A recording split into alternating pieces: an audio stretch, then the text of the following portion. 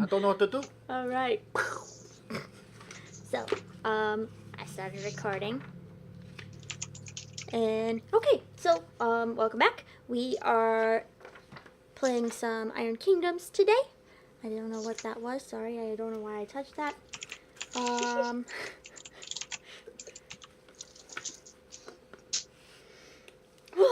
Okay.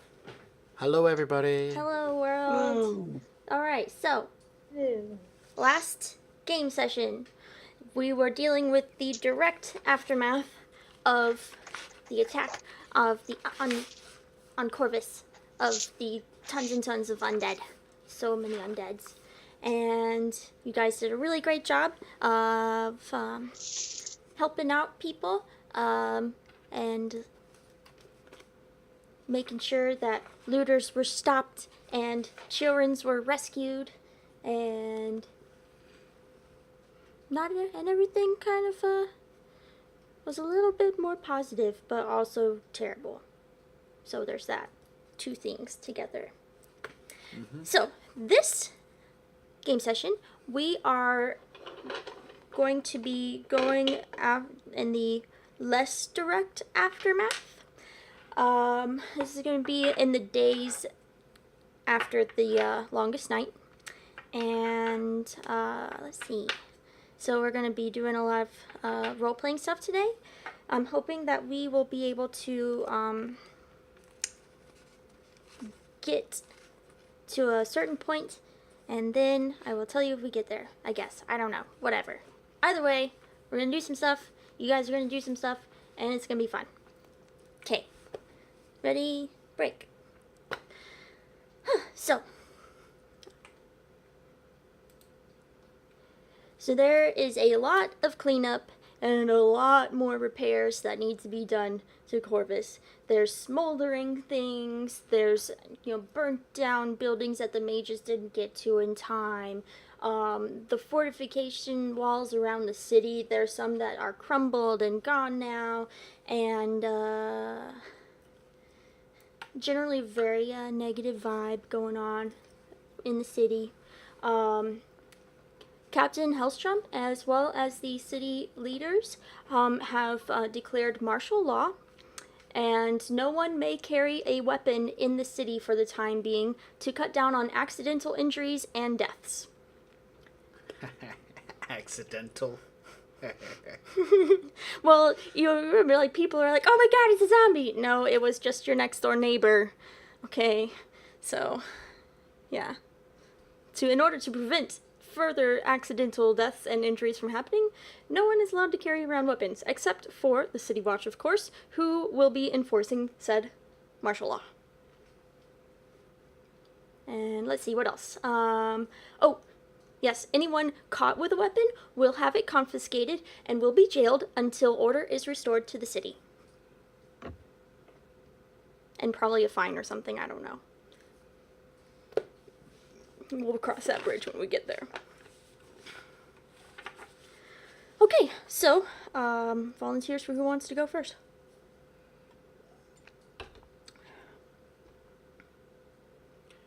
Yashiram! Excellent choice. Alright, Yashiram. Yes. You are finally able to get some rest in one of the watch's buildings. It seems like it hasn't, that the sun hasn't even risen yet before you're awoken back up to start another shift of city watchness. When you actually realize that the smoke and the fog and the debris that's clouding the air is actually doing a pretty damn good job of also blocking out the sun. Maybe it's also cloudy. You don't know. So, or maybe you do. You can know. Yeah, it's cloudy. But then all the other stuff too. Okay. Anyway, yeah, lots of darkness. So cloudy, smoky, hazy day. Yes. Yeah. How are you going to start your day? Yeah, well, if like I just got woken up to go on duty, right? Yes. Okay. Are Man. you? Sorry, what were you gonna ask? No, go ahead. You go first. Okay. Well, I guess thinking to see if anybody had left any pastries unattended to. Maybe I can have a quick breakfast before I head out into the city. Yeah, okay, let's see how many. There are 3 that look like somebody had tried to hide them. But you found them nonetheless. Are you going Like to...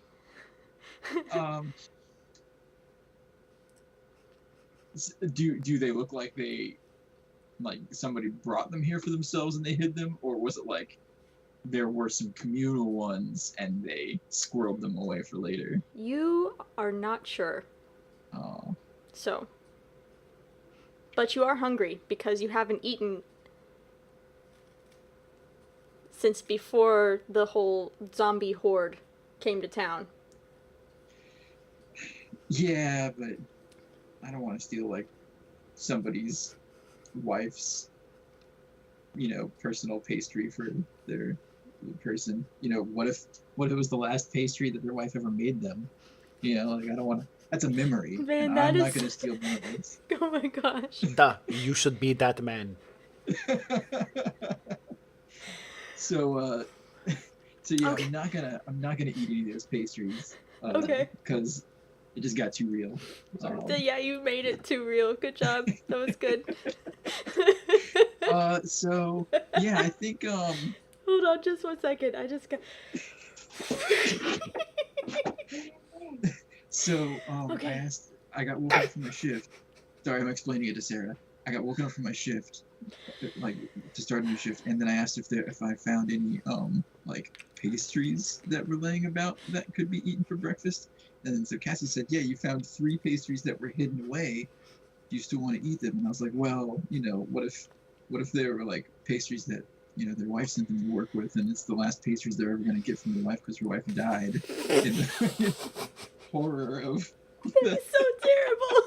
It's like the worst thing ever. Oh, John, I am actually thrilled that you thought of that. It's really awesome. I'm gonna make a note.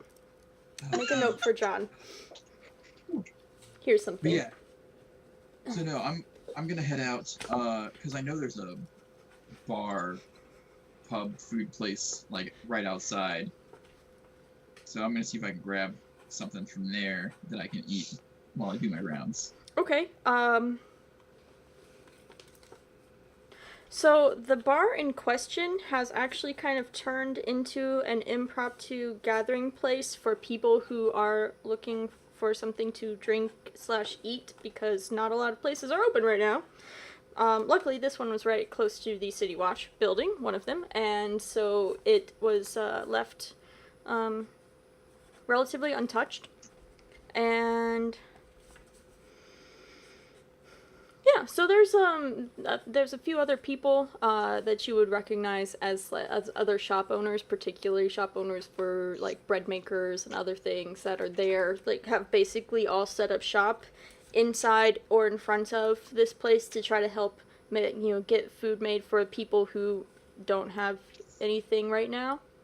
So yeah, you can definitely get let me see, what would they make? Hard praise. Like I'm thinking if I could get like a like a heel of bread and maybe I don't know some fish or something. So I had like bread or fruits or stuff, but you landed on cinnamon rolls. There we go. I still get a pastry. Yep, so you still get a pastry. This person has basically brought in their store of supplies from their bakery because he explains to you that his bakery was not burnt down completely, but it was pretty messed up afterwards with people breaking glass and looting and zombies, whatever. Right. Yeah. So yes, you have some pastries. As you are there, in line, you see a familiar face of Captain Hillstrom. Oh, good. I'll move over towards his direction and see if he's got like an update on how most of the town is doing. Okay. Go. See about that promotion, man. Sorry. You roleplay it. Oh. Morning, Captain. Morning. I wouldn't call it good, though. Well. Yeah. How bad is it right now? Out and about. Well, the fires are put out. I think most of the major damage is under control now. But with the fog and the hysteria of the what would you say, citizens? Yeah, the citizens. It's been yes, Common folk. common folk. Thank you. The common folk. That the leaders of the city have instigated martial law. Are you familiar with what that means? Oh yes. Yes, absolutely. I read it in the handbook. Yeah, I forgot. The training manual, yes. Yeah. Okay. Yeah, if you see anyone with weapons out, the weapons are to be confiscated, and you are to direct them to the local jail. And by direct, I mean take them there, obviously. Yes, sir. But before you get too involved in rounding up ruffians, I do have another task for you. Okay. What can I do? Were you aware that Cromwell had a wife and children? Yes, sir, I was.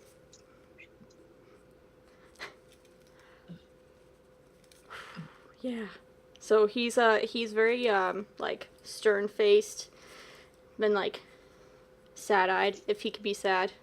Yeah. If he's allowed to be sad. Before he says anything, since I'm reading his face, I'll volunteer to go break the news. Thank you. I appreciate that. He was a good man. He's going to be hard to replace. Indeed. All right. All right. So he's going to bid you good day, unless you have anything else you wanted to talk about with him. No, I'm gonna.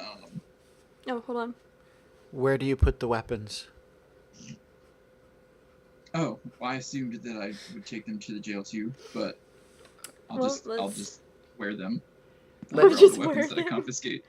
I mean, Actually, he will tell you that there are basically, what's it, repositories? weapon repository or weapon cache. That there's places set up, and he'll tell you like on the different sections of town where they're set up, because they're going to be collected there, labeled, tagged, whatever, and then taken over to the army barracks for storage.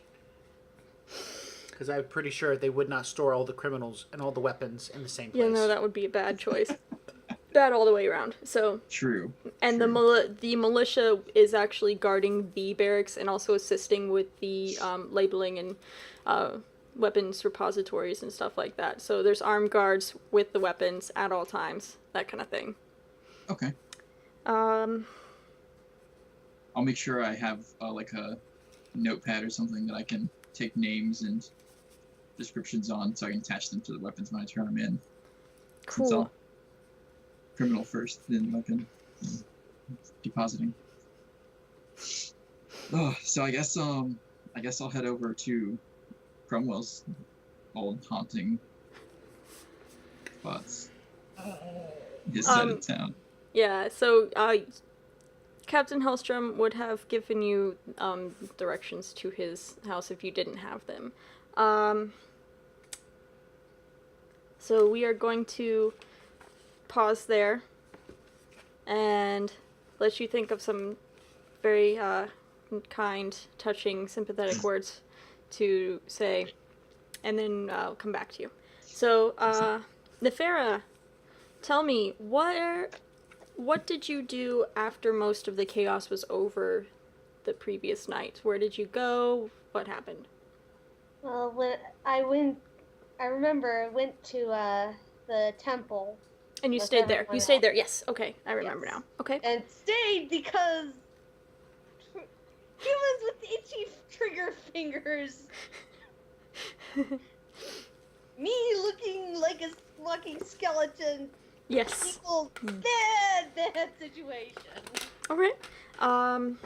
Excellent. Where's my I It can was see. just Oh, here. here it is. I found it. Here's another one. Oh, I got this one. Thank you. I appreciate it. Okay. All right. It was you and Emmett. Was it you too? I was there at the chapel, yes. And Inari. Excellent. I was playing doctor. Okay, just doing a checkup to see where everybody was. And Agan, after you rescued all the childrens, where did you end up? He was at the temple too. All right, so yeah, I remember now because you were assisting him with medical stuff. I remember. Everybody's there. So, Nefera, you are the first to wake up, as you are the lightest sleeper. I believe that you actually made your bed out in the small garden area. Is that correct? Yes. Okay. Yes. Parts, very small pieces of ash float down like snowflakes.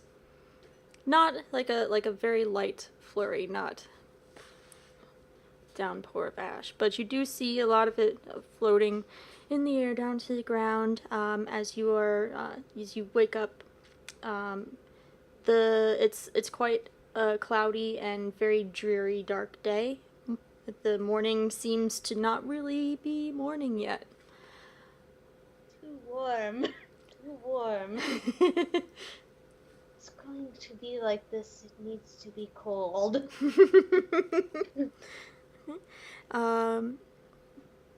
You, let's see, what would you like to do? I'll ask you that first. I'll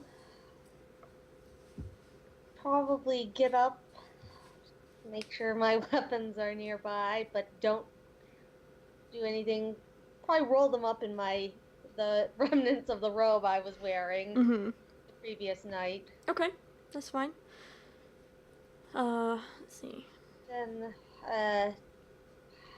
probably try to get back to the university. Okay. Probably see how Inari is doing. Okay. And then go back to the university. Okay. You find Inari is on her little cot in the common area with the other people, and yeah, she is passed out super hard. She's got the mouth, yeah, exactly. She's got the mouth open. Her snoring is really like really weird, like the kind of snoring that should wake somebody up, but it doesn't.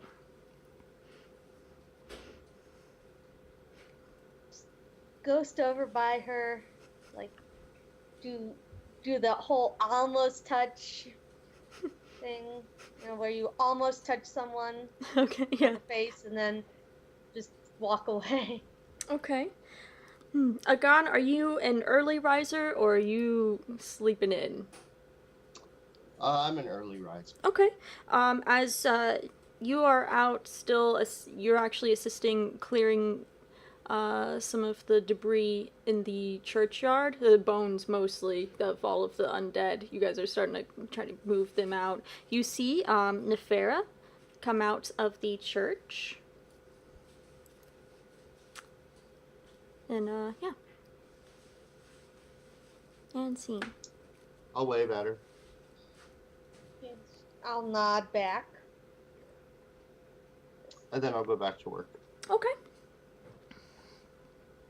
All right. There is as you're starting to move closer to get across the bridge, you notice that there is a group of about 6 I think, yeah, about 6 men. They have a couple carts with them, and as you get closer, you see that there is a pretty sizable amount of weapons on one of their carts, with nice string labels and stuff, and you see that they're giving out, like, they have a stack of papers that one is being passed over to a person who is surrendering a dagger. And as you walk up to them, they will greet you with a wave and tell you that martial law has been, what is the word? Declared. Declared, thank you. Martial law has been declared in the city. No weapons are allowed to be moved in the city limits at this time. If you have any, you must surrender them now to us, or if the Father will let you, you may keep them in the church, but they will not leave these grounds. I'll nod and go back in, 'cause I'm not trusting these humans with my... Yeah, I'm like, you have it wrapped up in your thing, and you're carrying it, and they can just see, like, the hilt of it just there. No, that's the sword. Be like, this is not a sword. This is not the sword you're looking for, so... Alright, so you head back into the church. Where do you want to place your claymore? That's the only thing that you had, right, was the claymore? No, I had my bow, too. Oh, right, yep, okay. Yeah, those things are quite obvious. Yes.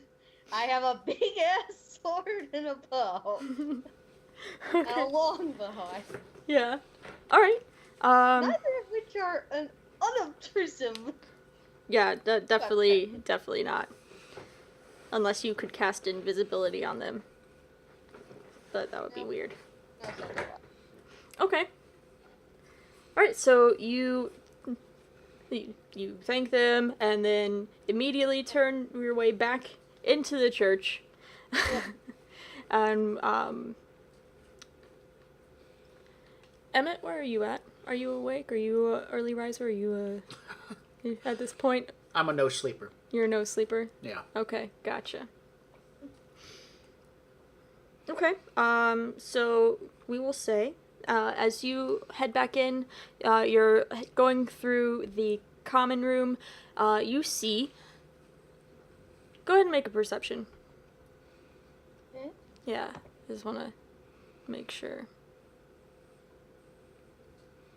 17. Yeah, okay.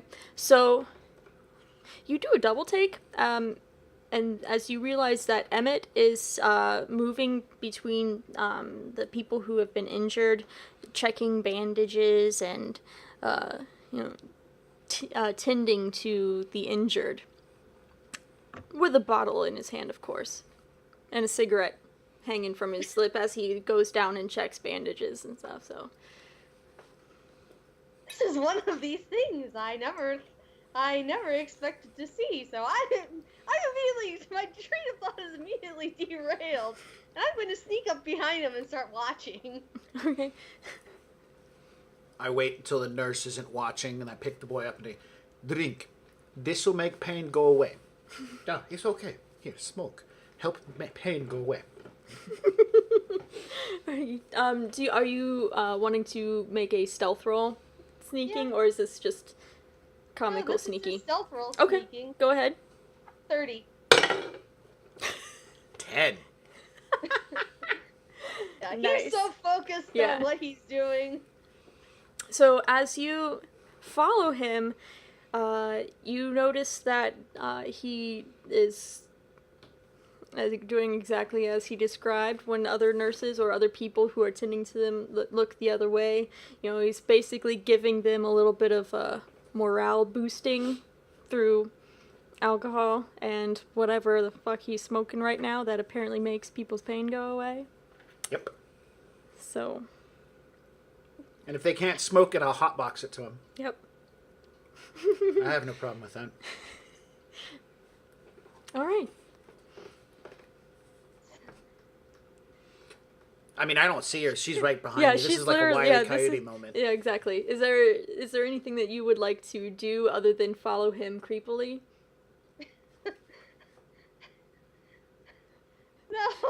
she's seen enough right now, so she's going to go try and find the father. Okay. Let's see. Hold, please.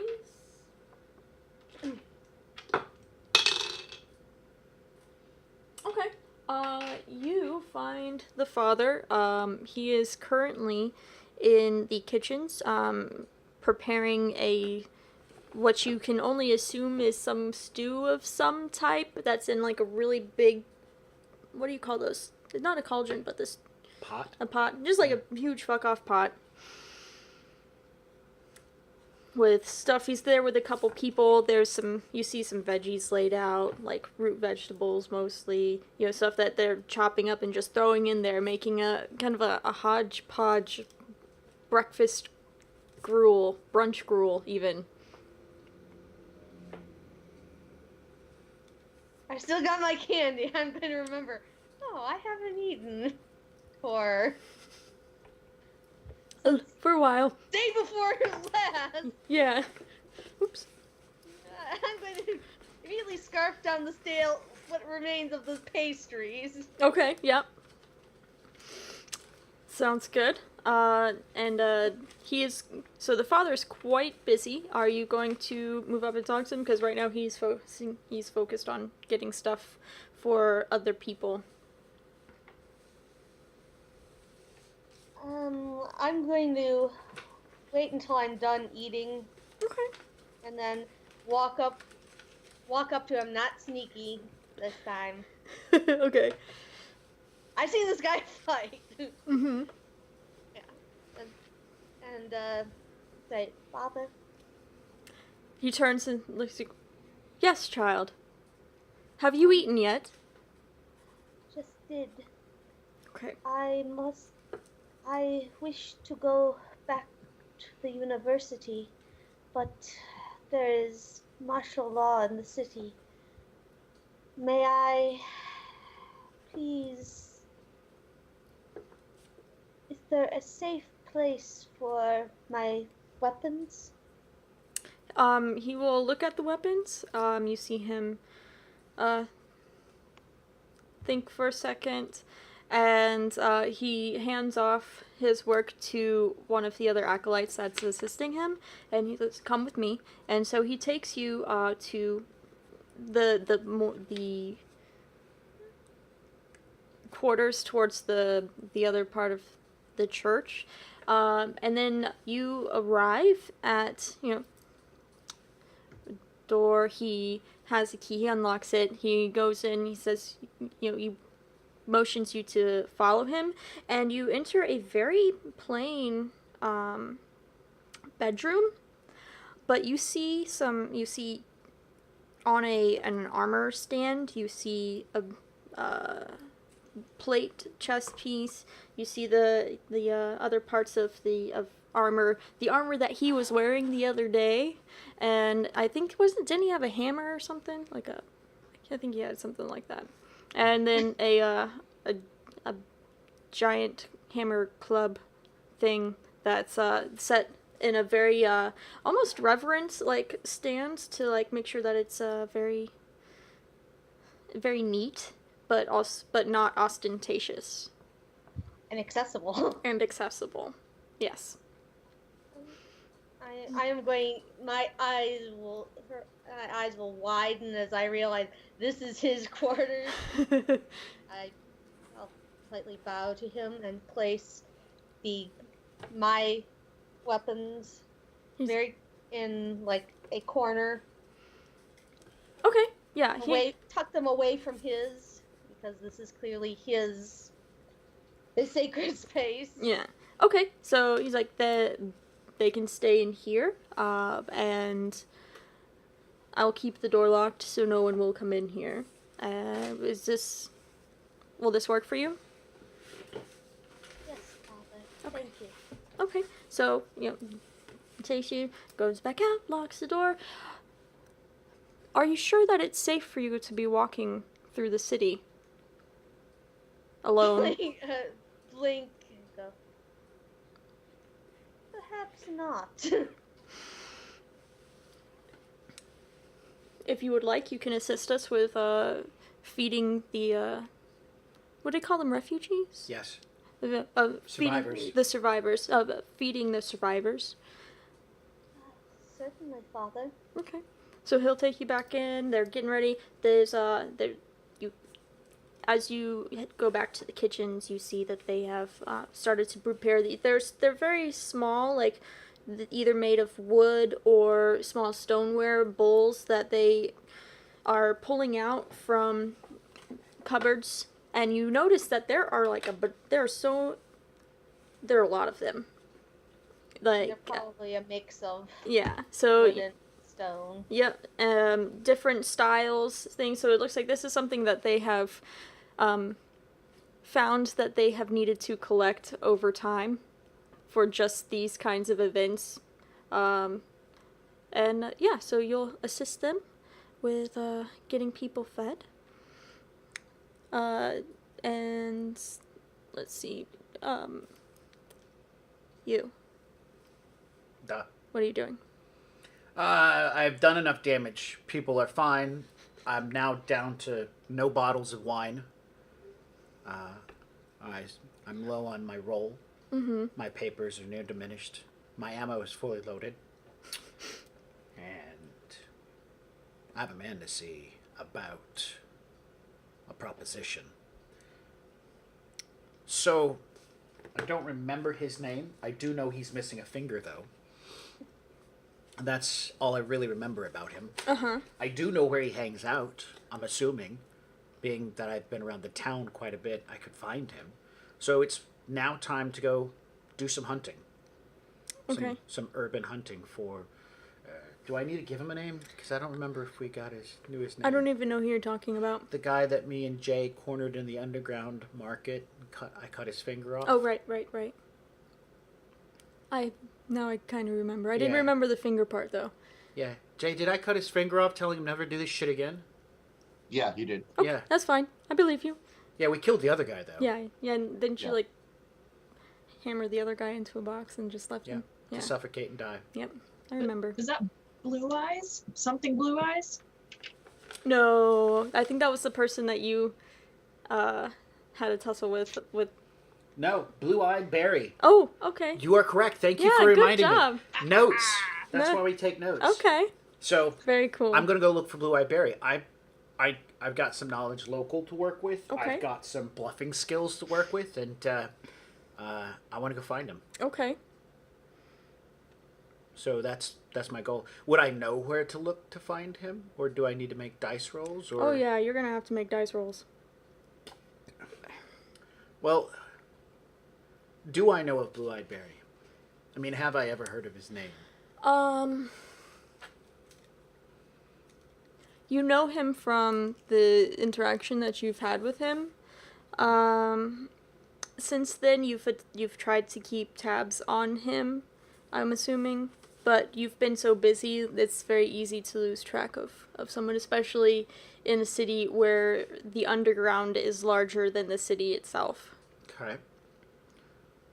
So that means I might not be able to find him, but I can find people who can help me find him. I'm terrible with being nice, so I intend to intimidate the fuck out of the first person I find.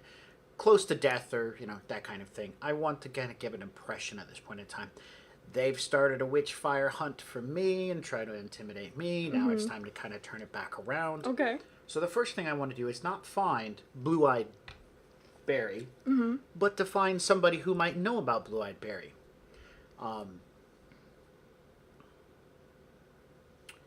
Just like one of the low individuals on a totem pole.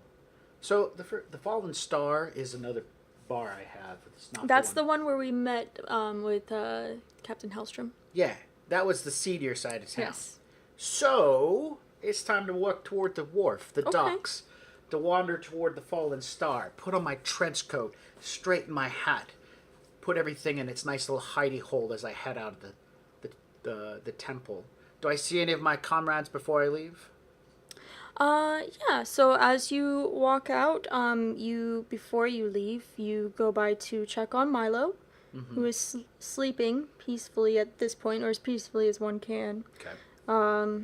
I'm gonna put a gold coin into his pocket. Okay. No one's gonna see me do it. I'm just gonna palm it in there. Mm-hmm. So just in case something happens, he's got a gold coin for the rest of his life to live forward to have money to work with, whatever. Okay. Not he can buy some candy with it. Right. Let me mark a gold off. All right. And as you are beginning to make your way out of the common area, you see Father Dumas along with Nefera coming out with large trays of bowls with steaming food coming out of them. And that's when you realize you haven't eaten in quite some time. They had any bread? Mm-hmm. All right. I'm Breads with the little bowls of gruely stuff. I'm going to walk up and, in my normal gruff manner, help myself to a bowl and a piece of bread, and just begin sticking the bread into the bowl. And before I even had a chance to eat it, says, "Da, this is good," and I start eating it as I give a nod to Nefera and Father Dumas as I'm heading toward the door, making my little chink chink noise because my boots and all my shit on me. Yeah. The Pharaoh's going to shout, essentially say something like, "Don't let anyone out there catch you doing that." I give a nod and continue to scarf down food and head for the door. Okay. You are going to need to make a stealth roll for your weapons. Oh. How many weapons do you have? 2 spike chains, a small pistol, a military rifle. I don't think I'm carrying with me at this point in time. I'm pretty sure I want to Yeah. ditch that somewhere. Yeah, I gotta hide. Oh, you know what? Yeah, I gotta get the military rifle through here. That's gonna be hard. Or else you can find somewhere on the grounds to hide it. Someplace that people won't go. That's gonna be hard with all these people crawling around. I got it. All right, so they're burying people right now, right? Yes, so they're working on graves. They're digging up graves right now. They have not. They buried haven't started people yet. burying people just yet? Yeah. They're mostly trying to clear out the bones. All right. And I'm going to swing through the graveyard and look for a coffin that's open with somebody in it. There's no coffins. All right, so This is only the day after the coffin maker just started working. Well, I'm just looking for so. like a grave to bury it in. Okay, yeah, you can find That's a grave what I to want to bury. do. Yeah, I want to put it in a grave. You find a pit where there are where they are stacking bones into it. Okay, that's what I'm going to do. Is it going to be marked? No. All right, I'm going to make a survival roll. 15 to kind Okay. of gauge its location and keep that in my mind. I'm going to let them bury the rifle. Okay. Because I'll be coming back with a shovel, motherfucker. That thing's mine. And High Strung can kiss my ass.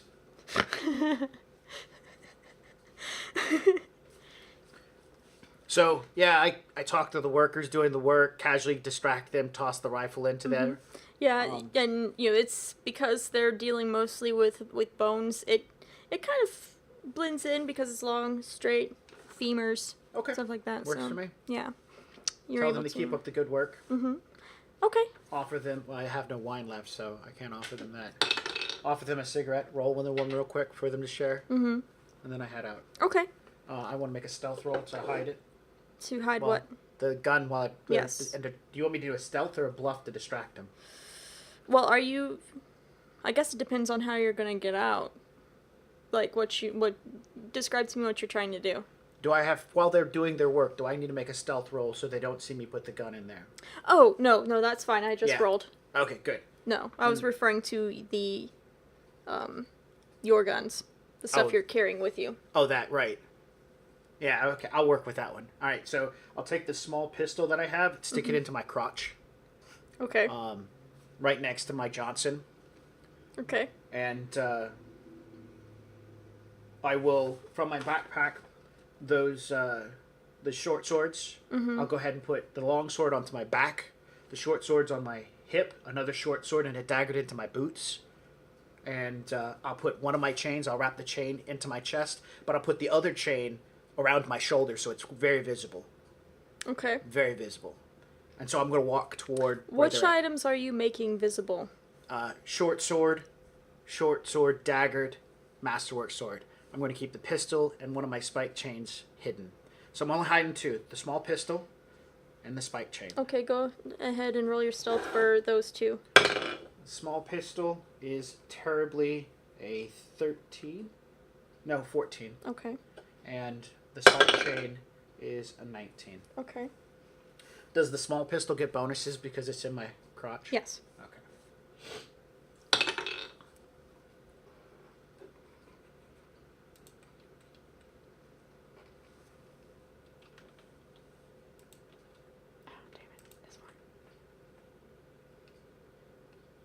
I'm looking Click for... on that Okay.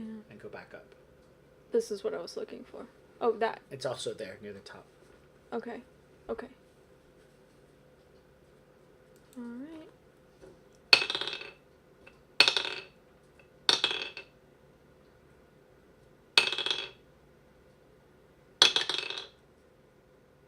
Alright, well, So, can I role play through it? yes. Alright. I just wanted to see what... Their dice rolls were? Yep. Alright. I begin walking toward them, holding the chain like this, my hand on the hilt of my short sword, and I'm heading into town. Okay, the larger of the 6 men, steps in front of you is like, "Greetings. We are enforcing martial law. You will have to surrender your weapons. We will have them packaged and labeled for you to be able to pick up once, what were we saying? Once martial law has been... Yeah, once order has been restored to the city." My hat's down, my cigarette's smoking, and from not looking up at him, the city is dangerous. Without weapons, I am a dead man. Looters, rioters, you wish to make me unarmed? Everyone is being disarmed. You are not being disarmed. He's like, deadpan. Deadpan. Fine. I pull off my chain. I drop it on the ground. I unsheath. I let the masterwork longsword hit the ground. I drop my short sword. I reach down for my boot, slowly draw out my dagger, drop it to the ground. Reach down for my other boot, pull the short sword out, drop it to the ground. Do you want everything? Or can I keep this? And I reach for my sleeve and pull out my letter opener. Because I got a letter opener. Remember? Yes, I do From remember. the Yeah, Griffin's letter yeah. opener? Yep. I drop it on the ground too.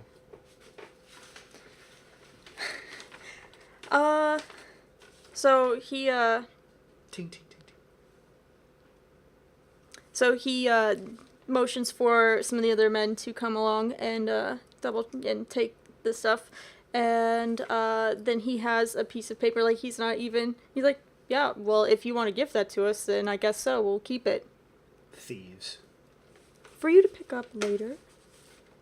Duh, like they You would would- be there. He takes out, essentially... I give all yeah. city guard crap. It's Yeah, just I know. No, I get it. It's like... He takes out a thing, and he's writing down name.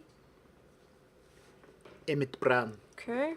And inventory. So With he's writing down. 2 T's. With 2 T's? Yeah. Okay. So... I do the whole, like, when I say it with 2 T's, I do it with the, thumb my nose at him.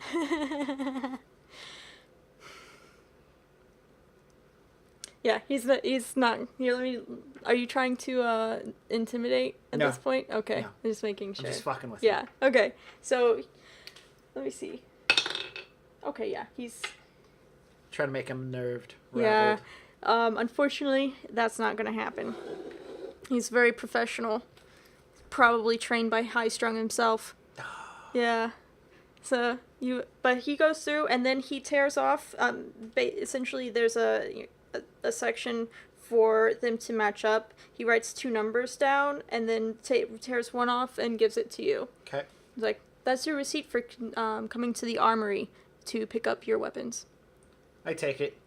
I don't even pay any attention. Just start walking past. Yeah. I make sure that when I click on the ground, the spurs of my boots jingle to cover the sound of either my gun rattling or my chains rattling. Okay. Go ahead and do a bluff then. I'm terrible at bluffing. but I'll take a 16. All right. So, yeah. So you successfully get away with your chain and your Small pistol. your small pistol package. I was really hoping that he would do a pat search. No, they're not. When he grabs it, be like, Well, you have made me an excited man. Later, you and I should go to the Fallen Star. I buy you drink, yeah? But it didn't happen. no, it didn't because you just kept throwing weapons down. I know, so- that was my first attempt. I wanted to just be like, look, I'm totally... And they're well, like, see, "Shit, the this guy's thing, gonna-" like, because you've had all those weapons down, and none of them got higher than a 9. So, yeah. Diversion. Pay attention. Damn, this guy's loaded. Yeah, alright, so I'm heading toward the So you're Fallen heading Star. towards the falling star. Okay. Jay, you see, as you're cleaning up bones, you see, you actually hear a whole bunch of clattering, and you see Emmett throwing an ungodly number of weapons on the ground before standing there for a couple moments and walking away as the other men take all the weapons and tie them together, peace bond them and whatnot. What are Does you? it look like the situation is over? Yes, it does. You go ahead. I'll just go back to work. then. Okay.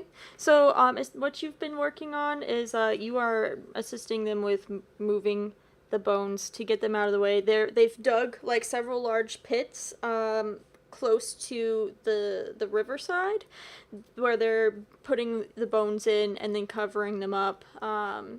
Just to get them out of the way. Some are being loaded into carts and being taken off. I would say actually the ones that are left that you're working on right now are being loaded into carts to be taken outside of the city and disposed of outside the city walls. Okay. Okay. So how long do you want to do that for? Um, You will see that Father Dumas is coming out and calling for, people to come in and get breakfast. That the food's been prepared. Not everybody stops. Some people are continuing to work. What would you like to do? I'll go get some breakfast. Okay. All right. Well, you have. Go in. You see that Nefera is assisting with passing food around to all of the injured people. Inari is starting to shift in her cot with smelling food and stuff. But yeah, you can get a bowl. If you would like, you can stay in the common area and eat, or you can take it wherever you want. I'll eat it in the common area. Okay. Inari, the smell of food wakes you from your slumber because your tummy is super growly. Excellent. Did her stomach growls finally get louder than her snores? They did. The atrocious noise from my mouth stops as the rumbling from my stomach begins to get louder.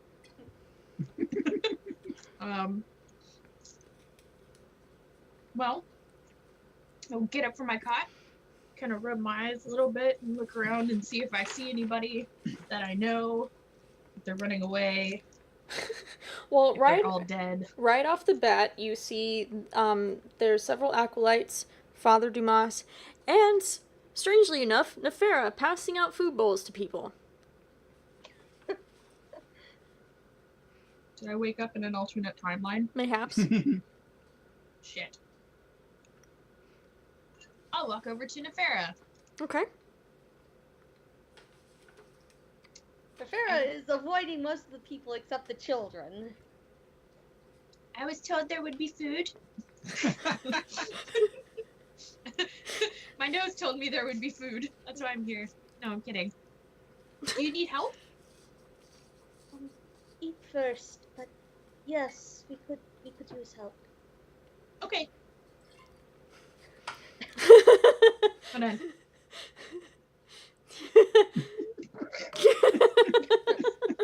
And I'm done. All right. Now I help. John, Shiram has been making his way towards, let's see, if you were over in this thing, so you have to go across the bridge, and sorry, 1 second, I'm double checking this section. Okay, so the address that you were given leads you to a brownstone in the Armorsburg. Essentially, it is a... I don't know if you you remember in England when the houses that we would go into, they were super narrow, but they were kind of high? Yeah. They're like that. Okay. So there's, several row houses, that's what it is. And you come along to the one that's supposed to be Cromwell Pickett's abode. Would I have been able to, on my way over there, stopped and gotten like a big loaf of bread and like some kind of rotisserie bird item? I'm sure you could find something. It probably would have been at a little bit of a premium, but yeah, you can find it. Okay, good. Yeah, because I don't want to show up with nothing but bad news. Or wine so you can console the widow. I don't want to. No.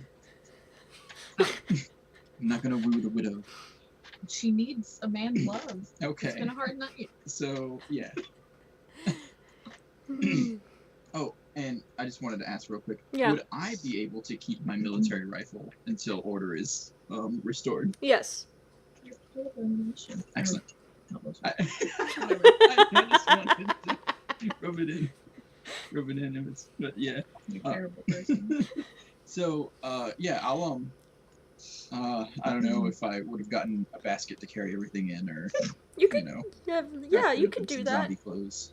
Oh my god, no. Well, I mean, you could do that. You could wrap it up in No. Cromwell Pickett's zombie uniform. That would be great. I just wanted you to Your have husband's dead. Here you go. Here's food wrapped in a zombie ass uniform. No, a basket. You're nasty. And right there, dude. So yeah. Okay. Feeding them. Loving him. Oh, okay. Holding his face. Anyways, so yeah, I will. Is there a door knocker or a little bell chain? Or... There's a door knocker. Okay. Yeah. I will not terribly forcefully, but with deliberation, knock the knocker. So I'm not doing it gently, but I'm not like trying to break the door down either. Okay. All right. Nothing. This is just gonna be funny. It's not gonna be funny. It's gonna be sad, and everyone's gonna cry. Yeah, right. I'm gonna try not to laugh and ruin the moment. Rude. No, it's not that. It's just I laugh when I'm stressed, okay? And so does she. It's a defense mechanism. My husband's dead. So, the door is opened by a child. Shit. He looks to be about 12 years old, so not quite a child. He's grown up, he's tall. You can definitely see a likeness to, Cromwell. Definitely. And he's like, Okay. hello? Who are you? What do you want? Well, am I speaking with young Mr. Pickett? Yes, this is Morwin. Morwin? I'm Yushiram. I worked with your father. Is your mother here? Yes. May I speak with her? Hold on a second. And he slams the door in your face, and you hear, Mama! Oh, good lord. There's someone at the door! She mistakenly used the past tense of word. Dad's dead.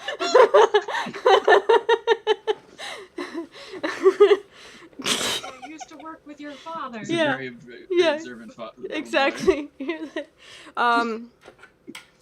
So, yeah, you come to... I should say that he probably looks scared, and so he's like, I'm not letting anybody in my house mode because Yeah. I have to defend my mom. That's the vibe you're Right. getting. No, and yeah, and that's why I didn't ask to come in, because that would be totally inappropriate. Yeah. Kill a bitch. So, a moment later, a woman who is middle-aged, with curly brown hair that's all, like, haphazardly put back, in a, probably like a dark blue dress with an apron over it. She answers the door, and she's like, "Can I help you?" Oh, yes, Mrs. Pickett. Yes. I'm Yashir. I'm with the watch. Do you have a moment to speak? So, let's see. She's gonna do a sense motive. Oh, Shit. shit. Uh-oh. She rolled a 15. Oh, shit. So. You don't have to roll anything. She knows. She knows. He's like tapping on his dice going, do I need to bluff? Yeah. Do I need to do something? So, you see that when you say that, the expression changes from, I guess, something that would be more akin to hopeful curiosity to, crestfallen, I guess would be a good way to put it. She purses her lips and, that whole, like, I'm gonna take a deep breath and hold it together moment, and she's like, yes, come in. So she invites you into the house and takes you, like, as you come in, there's a sitting room to the immediate left. In front of you is a narrow hallway and a narrow set of stairs going up. She tells you to have a seat in the sitting room, and she'll bring out some tea. Okay, excellent. Yes. I don't say excellent. I say thank you. She's a lady. So, as you are waiting, go ahead and do a perception check. Alright, come on. Let's see.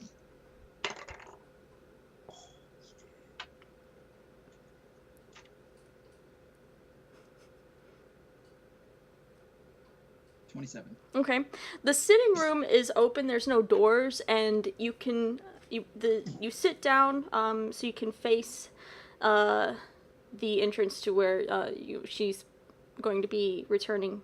And you see in the stairs two little faces between the banisters, like trying to hide and looking at you. And you recognize the boy who answered the door, and there's a younger girl that's there, and you can see them whispering to each other. Okay. Yeah. Can I hear what they're saying? I would say probably not. Okay. Yeah, because children whispers, they are like the whisperingest of whispers. Yeah. Yeah. It's like a zephyr. Yeah, and even if you did hear it, it would be like that's what you hear, but not really. You don't hear anything. Yeah. Like tiny chipmunks. Yeah. Okay. I won't let them know that. Like, I won't stare at them or anything. I'll just pretend like they're not there. Okay. So, it takes a few minutes, and you see that there's it's a nice area. It's not like a super fancy house, but it is nice. They have like a sitting area. There's a fireplace. They have a painting of like a lake area over the fireplace. Very quaint, very, very nice. There's in the corner, there's like not a corner, but in another part, there's, a space for what you assume to be like knitting, because there's a bunch of yarn and this other stuff. So there's things there. Definitely, you feel like this is a well-used and well-loved home. Okay. Okay. So after a couple minutes, she returns carrying a tea tray with a couple of cups and a little teapot. And she sits down next to you on the settee, and sets the tray down on the little table in front of you and starts pouring you tea. He's like, do you take sugar and milk? Milk, no sugar, Okay. please. You see, she pours the milk first into the cup, and you can definitely see her hand is shaking, and then she follows it with the tea, and then she does the same thing for herself. That's the problem. She is a lady. Yes, She's a proper lady. She's a lady. she's a proper lady. Well, Mrs. Pickett, there's no good way to do this, but I'm afraid that Hold on. Cromwell was. She waves her hand. Morwen, Jenna, and you hear the, and then you hear scampering going up the stairs. Like, I don't know. They didn't need to hear it like that. Yes, ma'am. But I'm afraid that we lost Cromwell last night. But I wanted you to know that he was a brave, strong individual who, showed me the ropes when I started with the watch, and I know that he was a very upstanding man, and we'll all miss him very much. So, she nods, but she doesn't say anything back. Instead, she picks up her teacup and kind of stares, not even really at you, but like just there. And she takes a sip of her tea, and as she does, she closes her eyes, and you can see the tears that are spilling onto her cheeks at this time. She's a lady. Yeah. I'll kind of gesture towards the basket of things that I brought, and it's like I in no way expect this to make up for your loss, but I wanted you to know that you're still a family of the watch, and if you need anything, you let me know. So, she sees what you brought. I'm assuming that you brought probably enough for them to eat for at least a couple of days. Yeah, that's what I was hoping.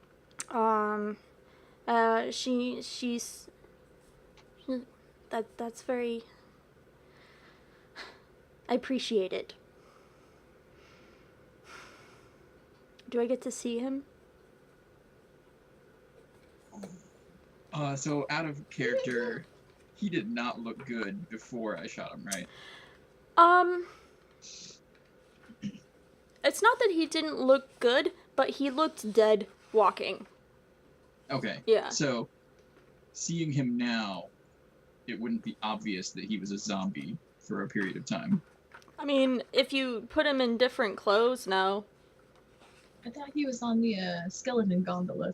No, he wasn't. He was No. one of the guys that came over, one of the zombies that crossed the bridge as you guys were in the thing, and John Yeah. saw him and had to shoot him.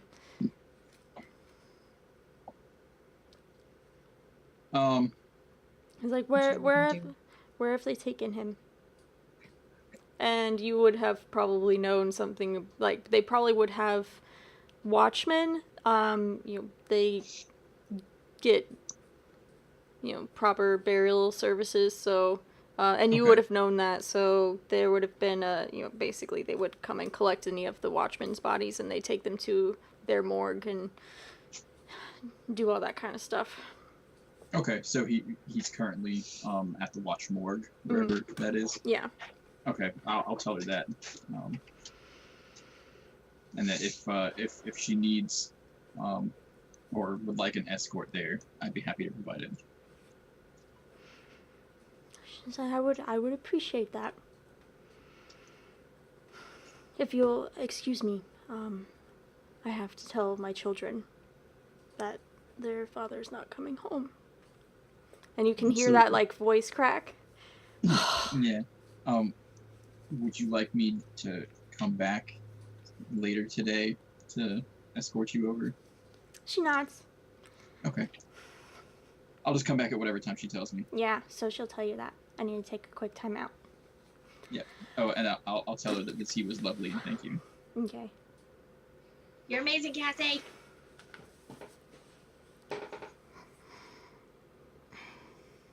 I don't deal with death very good, even if it's fake death. I'm so bad about it. It's okay. I've heard stories about your favorite characters dying, and then you like cry a lot. Like Dumbledore. Yeah, Like that Dumbledore was dying, the yeah. worst. Oh my god. That was the worst because John was supposed to read the book after I was done with it. Yeah. And she's like, I can't tell you, but somebody died. Oh. Yeah. And I was like, Yeah, I walk into the room and I'm already like crying and teared up. It was terrible and awful. And he's like, "What's wrong?" And I'm like, "I can't tell you." And he's like, "Is it about the book?" I'm like, "Yes, it's about the book." I hate it. Oh god. Yeah, and then he made me tell him, and then he was crying. We all cried together because we're both big old crybabies. Yep. Oh, yeah. Not today. There's no tears today. Not one. You sure? You sure? Yep. Oh man, he is crying. All right. That's why I'm marrying you, though. Good. Whew. So you cry like. All right. So day. yeah. So that's gonna happen. I'm gonna not do that one out because that's way too much. Because there's gonna be children's and they're gonna be upset. She's gonna be upset a little bit, but she's gonna be like, you know, got her crying children on lock while she's trying to keep it together. And then she's probably gonna ask you to like notify like some of her family members, like a sister or something that she has like in a, you know, a town over or, you know, in town somewhere.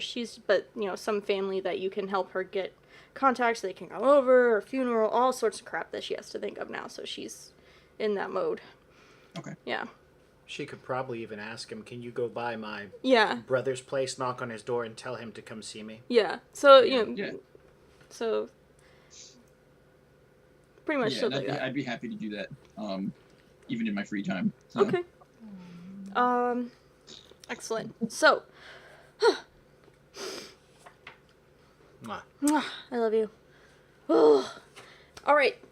At the church, breakfast has been eaten. People are fed. Everything's going. We're progressing. What would the three of you like to do? Did you ask anybody?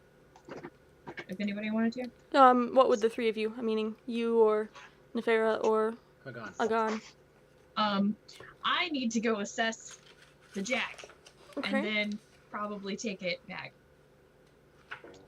I'm gonna try to head back to the university. Okay. And Nefera? I'm going to try and scrounge up something to make me look less undead and either go with Inari to the Jackworks or I go with Inari to the Jackworks. Might I suggest an apocalypse cloak? I does don't that even know what do? that is. Don't y'all remember from A Princess Bride, the apocalypse cloak? It's a big, thick, heavy yeah. black cloak that hangs on you, and you can set it on fire. Oh, Right. yeah, no, that's Right. not a great, no. You wouldn't look undead. It's true, you would just look on fire. And And walking. That's even worse. Yeah.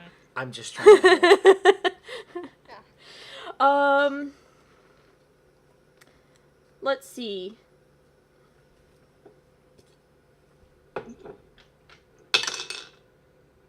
Okay, you are able to find, other garments that you can kind of stack up. It's gonna be muggy and hot, and you're not gonna be comfortable, but at least you aren't gonna look like a twig. I'm gonna do that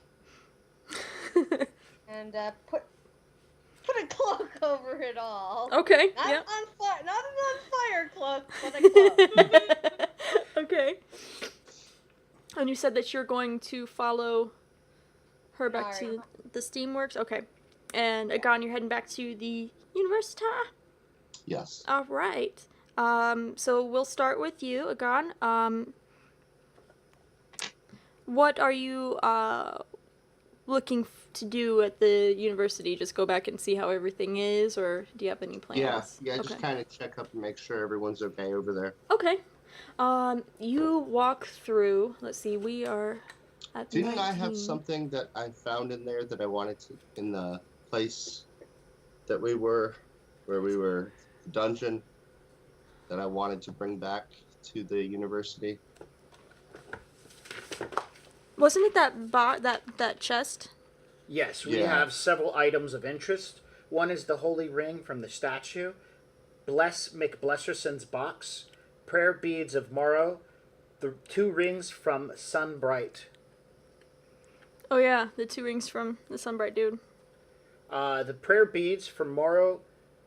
Did we identify this stuff? I have things written down here. What do you have written down? Blessy McBlesserson's box blesses a ring with a +1 protection for 1d4 days.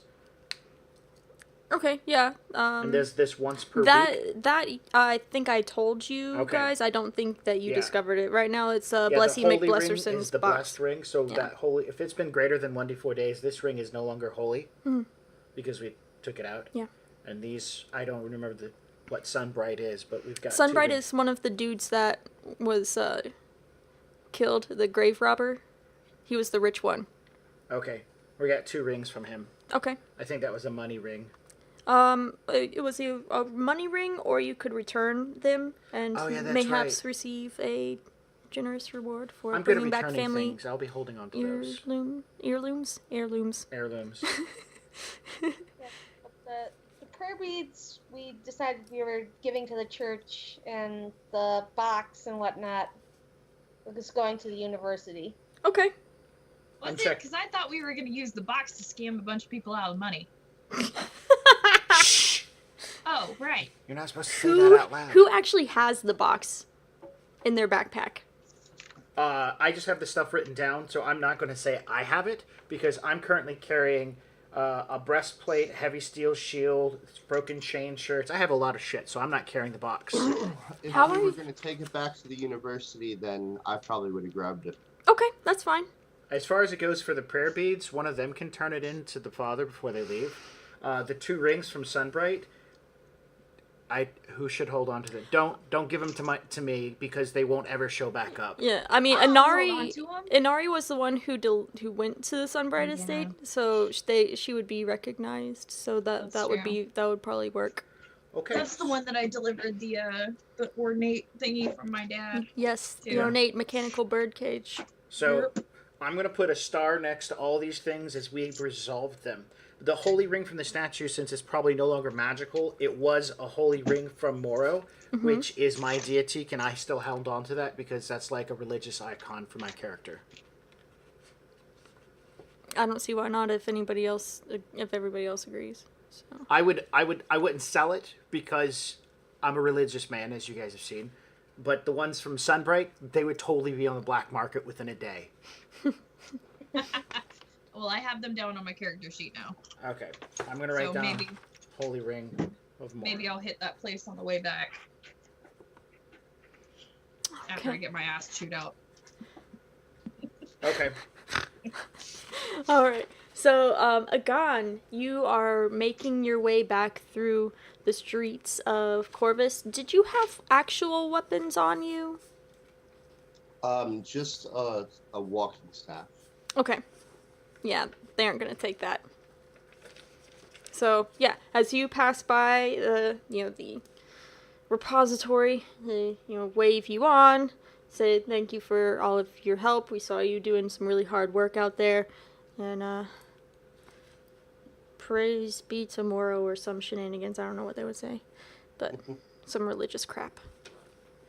And all right, Morrow's blessing upon you. That's what they would say.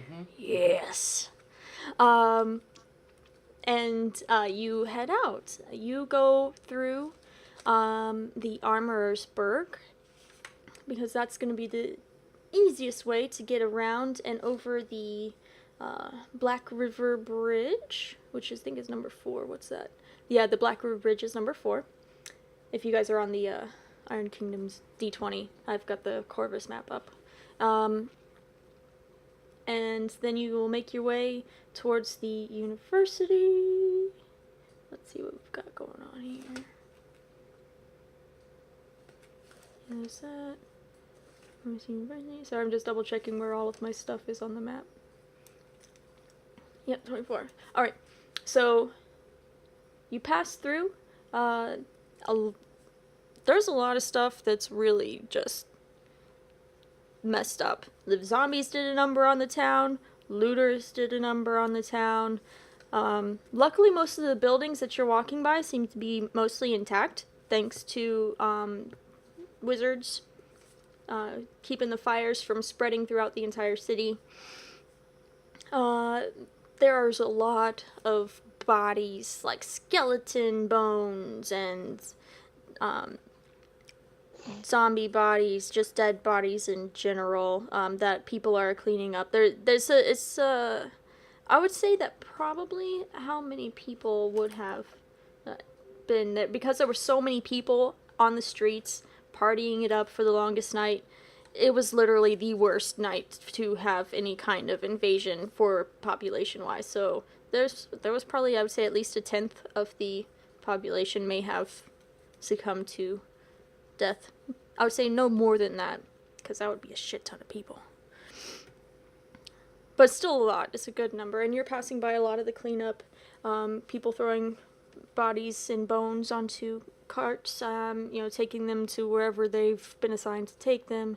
And you finally get over the Black River Bridge and make your way to the university through Gordon's Groves Park. After seeing all of this stuff that happened, it's actually quite it's almost refreshing to be walking amongst the trees again and not amongst the city. There's a lot less smoke. The air seems a little bit lighter through the forest, like the heaviness that has settled upon the city seems to alight just a little bit softer here. And as you're walking through the woods towards the south towards the university, you realize that the amulet you're wearing right now feels cold against your chest, and it also feels like it weighs a lot more than it did. So you've been so caught up in, keeping people together and, helping people out, saving children, going through, and helping with the cleanup, helping with so many stuff that you don't know when it would have started, but in this moment of peace, you finally realize that it doesn't feel like it has felt on you before. Can I detect magic and see if it still gives off an essence? Yes. You detect magic. Goes off, and yes, you do see the magical aura on the amulet itself. It's not as brilliantly blinding like when you first did a detect magic on it. I don't know if you remember, but it was quite a large and powerful magical aura that you had detected. This one, it still looks like it's potent, but it's very subdued with the aura itself. Like, if you imagine, the aura is bright, but it's very small and compact around the amulet, whereas before, the amulet was like, whoa, glowing sun of magical power. And to identify an item, or to identify the item, I guess, Mm-hmm. That's a spellcraft check? Yes. Can I do one of those? You can. I know I did one when I need first my got book it, over failed there. it. You need your what? My book that's over there. Up on top of the stack of books. Mm-hmm. Yeah. I need to share that roll across the floor. Yeah, good luck with that. Next house we move into, can we get one that doesn't have these raised fucking tiles? Sure. Sounds like a plan. This is annoying.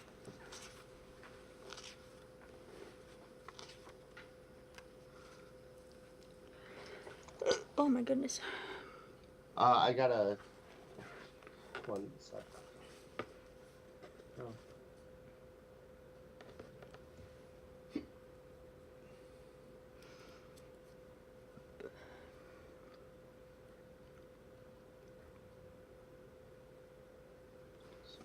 $24.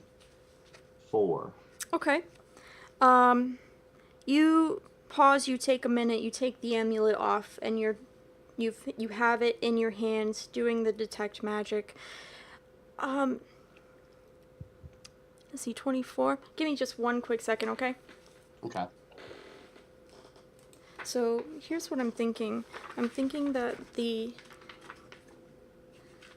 amulet is that he should be able to maybe identify that it has this and this, but the special powers, I don't think that he could know that because they're not there right now. Yeah, it's 15 plus item caster level to identify a property, Mhm. and then you, as a game master, can make the DC higher for the rest of the properties. Okay. So, yeah, you could give him, like, a few properties and tell him that there may be some more things he has yet to identify. It might take more time and study. Okay. Tell him, like, maybe taking a 20 and stuff like that, or Okay. making it a research roll. But, yeah, that's So- totally legit. So I can say that you, I don't know when you say properties. How do I say that? Do I just be like, oh, it's +2 to fortitude? Is that Yeah, the property? That's a property. Okay. Okay. I didn't know if So- I was supposed to like gussy it up or something. +2 to fortitude, cast stone tell once per day. Those are properties. Every one of these little hash marks you've So made is a you think property. that these two, because it did, what? How much of a spell thing? Caster thing. I don't know what you said. What's Caster level? Yeah. If you don't know one, don't worry about it. Just ad-lib it. Okay. Okay. Because this is story, you can just make this shit up as you go. Okay, check. Okay, so you continue to focus your attention onto the amulet. With a 24 for your spellcraft, you will be able to identify that it gives you a +2 to your fortitude saves. And it also allows you the ability to cast Stone Tell once per day. Okay, cast what stone? Stone Tell Okay, is a spell. Don't ask me what it is. I can't remember now. I'll look it up. So as you're trying to figure out, like these two properties, they're great, but you're pretty sure that this thing could do a whole lot more than just those two things. So at this point, for you to be able to discover more properties of this amulet, you're gonna have to take a lot more time to maybe to do research on it, see if you can find anything about what this is, to aid you in future spellcraft rolls. Okay. But you have those two there, and you can definitely tell that this thing is old. Like, this is magically shaped, super hardened stone. Like, this is a proper, like, stone magic item.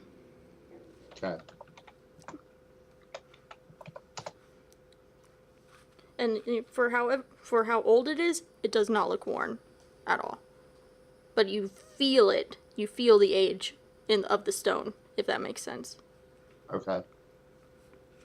Okay. So,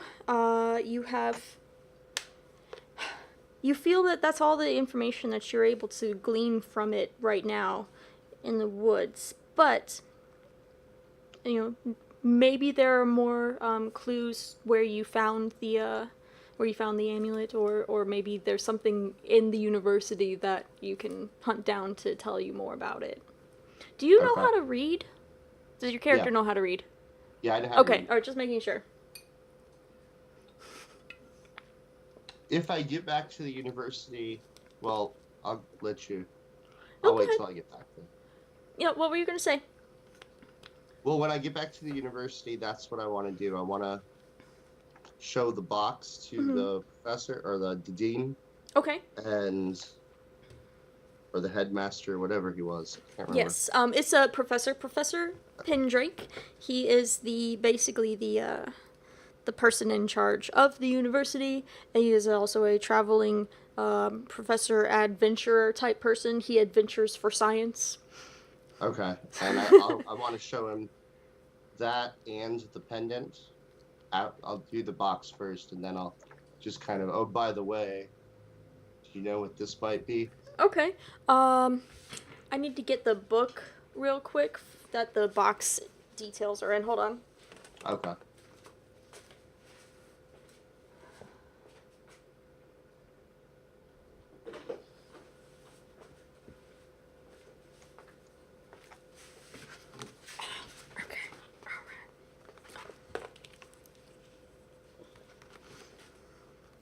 Just bear with me for a moment.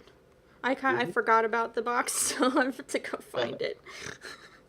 Alright, somewhere in here. Okay, number 9. I think, yeah, number 9. Okay.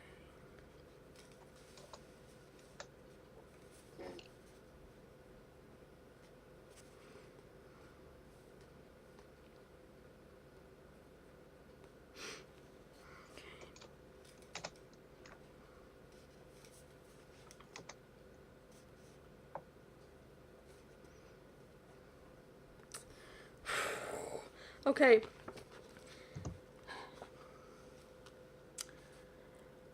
Because no one has said that they had ever took the box out of the bag that it was placed in, this will be kind of a little bit of a reveal. As the professor, he greets you. He's just like, you tell him that you have something to show him, and he's like, oh, okay, well, I'll certainly take a look. He takes you to, basically a place where there's a high table that you guys can stand at. You put your bag onto the table, and you open it up, and you find the box, you pull it out, and it does not look like how it did before.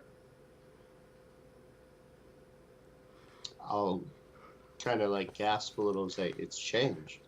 So, it's still pretty, but it looks as if all of the gold fittings have turned to brass. And if you do a detect magic on it, it doesn't have any magical properties. Okay. And you're like, oh, shit. What? We broke it. And I still have the bag. Yes. If I put it back in the bag, does that change anything? Unfortunately, it doesn't. Out of game, essentially, this box was supposed to just stay there all the time because it was a temple that the priests would come down to, and they would get this ring blessed every week or whatever, and or sell the opportunity to make funds for the church in order to keep everything up going. But they had put, I guess I wouldn't really call it a curse, but I guess it would be more like a restriction on the magic. The magic was actually coming out from the statue, and it was channeled through the box essentially. And so when you removed the box, the magic stayed with the statue and not the box. Okay. Yeah. That's the best way for me to describe it. Did I see that the statue was magic? Yes, I think, I don't remember how I described it, so I apologize, but I think I mentioned that there was a magical aura in the room, and Yes. that there was a higher magical aura around the box, and on the prayer beads. Yeah, those two, so.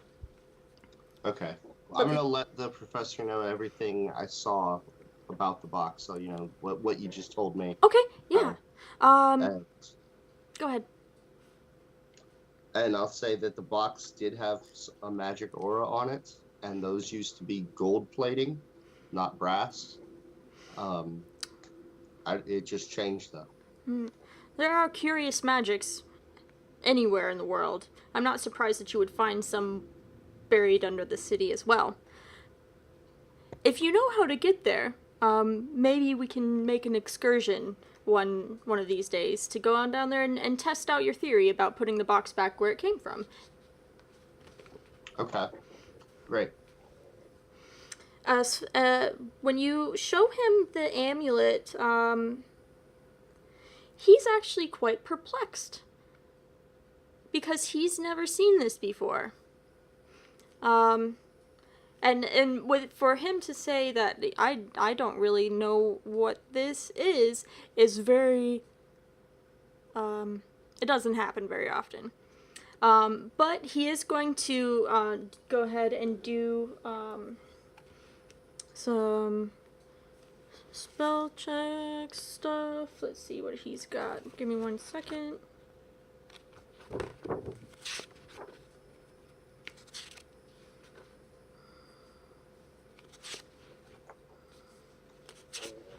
Okay. So there's definitely a latent magical aura on the stone. This also has, the magic has kind of deteriorated. Curious, can you describe to me what might have made it deteriorate? Did you notice anything unusual? I didn't. I was using it the night of the attack. I didn't know exactly what it was doing, but it seemed to make me feel stronger and made my spells more powerful. And now when I detect magic on it, it seems to only give me one simple spell, and that's about it. Okay. What kind of spells were you casting? It always seemed to affect my stone spells. Okay. Earth spells. Okay. So he's tapping his chin. He takes the stone, is like, this is quite heavy. And he flips it over. He's looking for any identifying markers of maybe the craftsman who might have made it.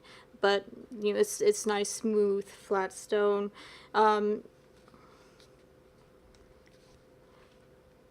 Maybe it was a channeling of some type, similar to that box that you described. Perhaps it's a conduit for your spell casting. It's curious that it wouldn't. Have you tried using it again with your spells, with your stone spells? I have not. That might be an experiment that we need to try. Okay. So. Right now, here? And I look No. around at all the beautiful books and stuff, and Well, there's no time like the present, but perhaps we should go outside. yeah. So yeah, you guys you head outside, and what spell do you want to try? I'll summon nature's ally, earth elemental. Okay. You summon the earth elemental, and the warming that you would have expected doesn't happen. The stone didn't heat up. You didn't feel anything coming from it as you were casting the spell. And when you cast a spell, it's normally a medium size, right? Yes. Yeah. So you and it comes out smaller than the ones that have been cast previously. Yeah, I'll let him know that I don't feel anything, and nothing has been affected.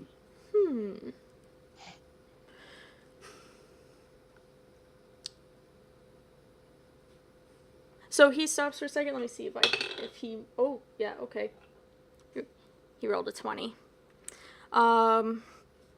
So he's looks at it again. He asks to hold it, and just kind of while he's figuring. You can see him like pace. He paces like a little bit, looking at it, looking up, looking around, looking at you. Just the wheels turning as he's wandering around in a very small space. He's like, and then he stops and he looks at you. What if this just needs to be recharged. Maybe there's something that will put the energy back into it that will allow you to use the energy to do your stone spells, right? Makes sense. I don't know how that would be. I don't... It's just I'll let a him know theory. where I found it, because we found it in like a tower of the university, didn't we? Yes, you did. I'll let him know where we found it and suggest maybe we should go look there for something else. Yes. And he is definitely up for the challenge. So. Oh, you okay, babe? Uh-huh. So you escort him to the tower where you guys were at, where you found the stuff. Nefera, just refresh my memory. Did you take the book or did you leave it there?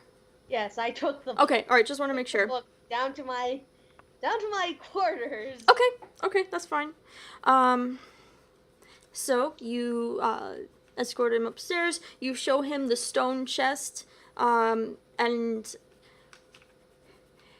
he's like, I didn't even know that there was a way to get up into this tower. I was like, yes, it's like, because, where that was, it was, I think it was blocked off at some point, and then you found a way through, thanks to the cat, all that kinds of shenanigans. So, yeah, he says that he doesn't remember this tower, or not a way to get into it. Of course, he's seen it from the outside, but he thought it was, like, just a closed-off section of the thing, and nothing would have been in here. So, he's pretty excited to look around the room and see what other things are in there. When you get the chest opened, the furs, the other things that you left there are all still where you left them. But he's he doesn't see anything. He's like, nothing really stands out. Is any of this magical? I'll detect magic and see if anything in the room is magical. Okay. No. The rest of the stuff in here, I think you guys found the only 2 magic items, or I don't know if that book was magic, I can't remember. Anyways. But yeah, there was no other magic auras or anything in the room. Nothing in the chest other than the furs and the other things that you had left there. I was like, this is curious. I wonder who this chest belonged to. Maybe we should research that next. Okay. So, and then I'll remember. Oh, I just remembered. There was a book we found here too. A book? A book. Okay. And I'll let him know that Neferis, am I saying it right? Nefera. Nefera has the book. Well, perhaps when she returns, we will ask her if we can look at it. Okay. In the meantime, let's see if we can find any identifying markers on this chest. And so he starts going to work. He's in full science adventurer mode. So you've got... He loves a mystery, and he loves... Like...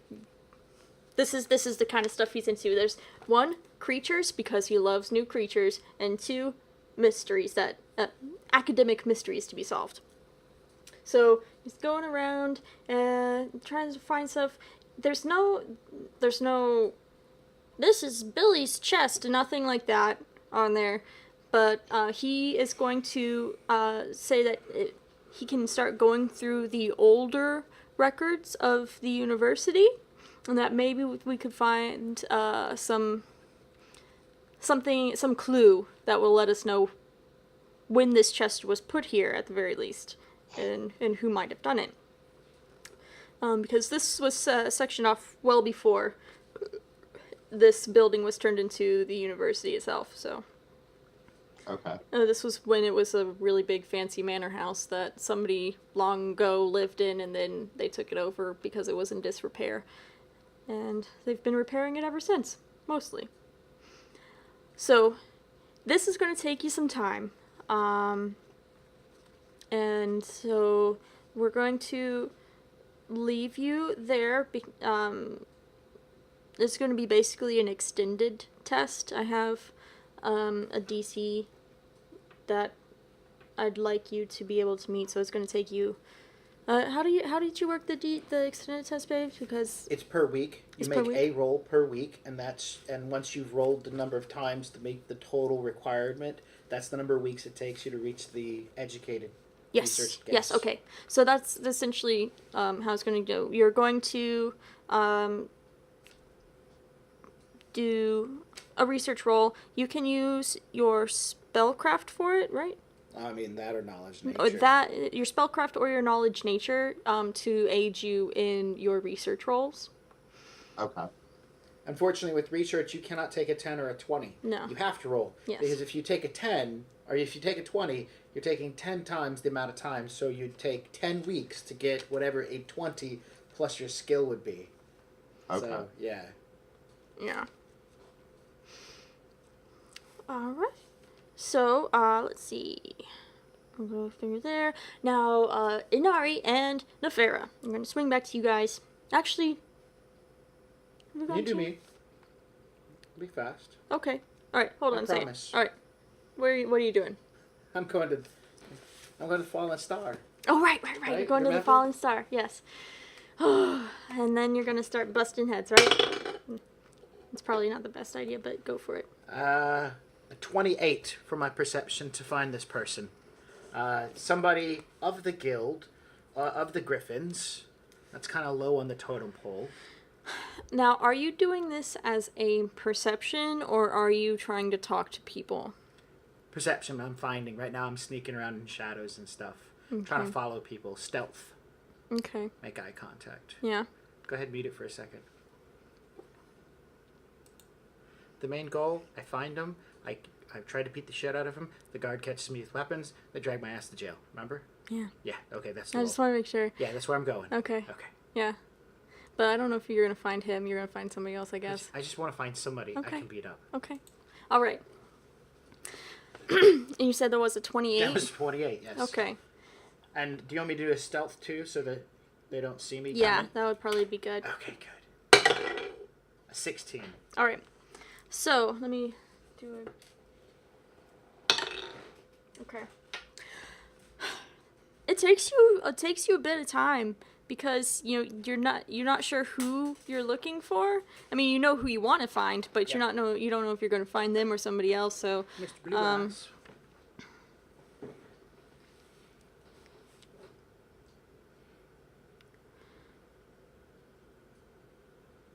you make your way towards the fallen star, and you see that there is a cluster of people that are kind of hanging around on the docks, like you do when you're trying to avoid picking up bones. You just go hide on the docks because nobody wants to go down there, right? Right. Something like that. Right. As it's still pretty foggy and overcast, and you think that you see, I don't know if I want it to be him or somebody else. That's why I don't know. Somebody else. Yeah. So, yeah, I'll say that you can find someone who can tell you about the Griffins, where to find some other people. So, yeah, Right, so so- probably this, scraggly, wiry person. Okay, so somebody who spots for kids. Yeah, Who hunts for those kids that works for the Griffin. yeah. Okay, so I'm at the Fallen Star. Ooh, actually, it's gonna be a halfling, because that's how they can get That's the how kids. Yeah. Okay, so I'm at the Fallen Star. Uh-huh. I walk up to the guy at the door. I bang on it till he opens, pushing my way through the crowds. Uh-huh. And as he opens the door, I sit there and shake 2 bottles of wine at him that I've picked up on my way. I'll mark off some copper pieces. Okay. As the door opens up, I'm going to shuttle one over to him, smile, and slide on in. As I get in, I'm looking for somebody to pick up some stuff. Some tobacco, some weed, Okay. something. I'm Yeah. starting to shuffle through the crowd, start to fill up my vices. Yep, you can fill those vices up. Go ahead. Let's see. I take my little silver flask up to the counter. I look at the guy and says, "It takes 10 to fill it to the top," and I put a piece of gold onto the table. Okay. I ran dry. The Yeah. only I'm low on smokes, alcohol, and wine. I'm Yo. high on ammunition though. Okay, so yeah, a gold piece will get you everything you need. Okay. Yeah, I don't doubt that. Yeah, I tell him I need papers, I need tobacco, I need alcohol, I need it fast. And while I'm hanging out at the bar waiting for him to fill my order, I'm keeping an eye on the crowds. Mm-hmm. I'm looking for somebody surfing. I'm looking for somebody laying back and relaxing. And that's when I see the halfling. Yes. And I sit there and I realize, Well, you see a child. I see a child. Oh, You I see- see a child. Yeah, you see a child Sense motive. drinking. Oh yeah, I see a child You drinking. see a child drinking with, I guess not at the bar, but I guess somewhere in the establishment. Yeah. High wheeling with a couple other Yeah. low town shanty Yep. riders. Mm-hmm. All right. I take some off the top of my brandy, put it back up at the bar, and said you missed some. And keep my eyes on the kid. Okay. Let's see. Yeah, he does not seem to notice your glaring gaze upon him. I like to keep it that way. I'm gonna order me a mug, a leather jack of some beer, and I'm gonna move to a side of the room where I can keep him my full gaze as well as the front door and watch his movements. Mm-hmm. I'm not gonna drink. It's work time, but I'm gonna have the drink in front of me and pretend I'm drinking. Mm-hmm. If I see people I know, I talk about the terrible things we saw. I joke if I have to. If somebody talks to me, I do it. If I see someone of the Merchants Guild, hey, how you doing? Somebody who runs the caravans, I socialize. I look like I'm supposed to be there. Uh-huh. And I wait. Now, I wait for him to leave. What is your bluff? It's only a 4. Go ahead and roll that. 9. Okay. You talk a little too loud. Okay. Socialize maybe a tad too much. And you look back over and you see that the halfling is, or I'm sorry, you see the child is no longer at the table. Okay. I accidentally drop something on the ground. Squat down and start looking between legs. You see a tiny set of legs making its way towards the back door. How long do I have before it hits the back door? I would say maybe 6 normal-sized paces. Okay. So if I tried now, I'll catch up easily. But you're gonna be, you're right in the middle of a conversation with somebody. So that's when I stand back up and I slide. That's when we were ambushed and the goblins came out. Anyways, long story short, lots of goblins died. We lost some money. I swing some back. Look, you finish this. I have to go piss in the river. Okay. Yeah, I got to go. And I'm playing with my gun right now. I'm moving the gun up toward my hip, so it's on my belt. Okay. And I'm heading for the back door. All right. Go ahead and roll a perception check. Sadly, only a 13. Okay. Little shit's gonna get away. I hope that wasn't his dice roll for stealth. I hope he's got some negatives. Because he rolled a 13. Yeah, he did. Let's see if I can find a good, what the hell? What just happened?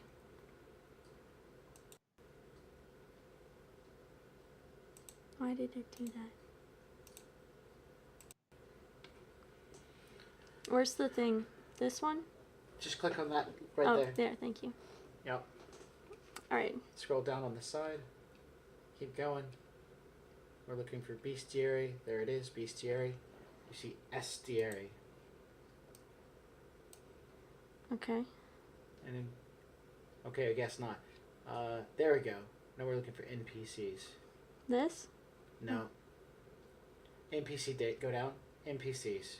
Oh. Not the database. I fucking hate your thing. I hate it so Just- much. Why can't you just put it right Because I here? don't want to. That's why. I don't know where I'm at. Scroll down. There you go. NPCs.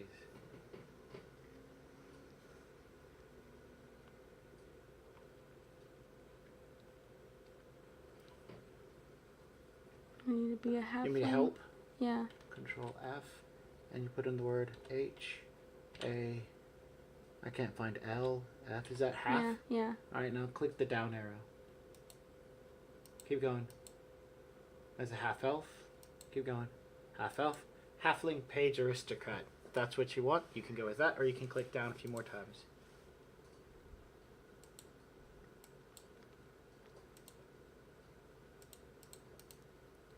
There you go. Seasoned Trapper, level 3 expert. Yep, Like, bring let's it. trap children. Oh, I think we have a wiener there. Like that guy from Chitty Chitty Bang Bang, the candy maker person. Candy maker. Alright, let's see what he's got. He's got perception. He's got up. Yeah. So, you may have talked too much, because as you get out of the back, you do not see the child anywhere. I look up. I look down. I look left. I look right. I look behind containers. At this point in time, I'm moving slowly. This game's on. Yeah. I know what the game is. Okay. Do you have a survival? Hell yeah. Go ahead and roll that. 11. Nah, I don't think that's gonna work. Too much smoking, too much drinking. I'm tired. You're tired. I mean, like, I you're haven't fucking been- exhausted. Fuck bed. Yeah. Alright, well, you know what? Have you taken your pistol out?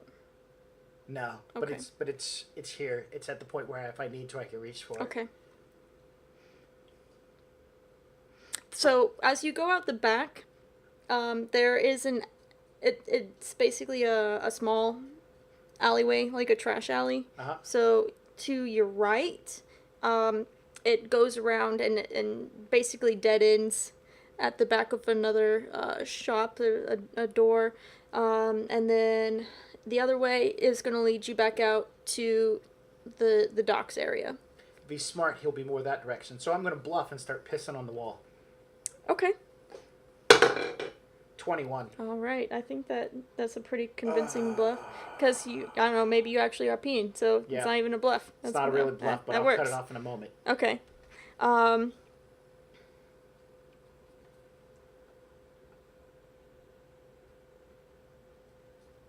I'm bluffing so that he makes a mistake and tries to move out. Yeah, So I that's can what get I'm another thinking. perception check on it. Yeah, go ahead and make another perception check. 27. Okay, so you're taking a piss. You are, you've got your side eye game strong, and yeah, you see a shifting pile of trash. At first you thought it might have been like the wind, but then it kept like moving, and trying to like inch towards the shadows. Toward the dead end or toward the open street? The open street. Fuck. All right. I'm not gonna take a chance. If I jump on a sewer rat, I jump on a sewer rat. But I can't let this guy go.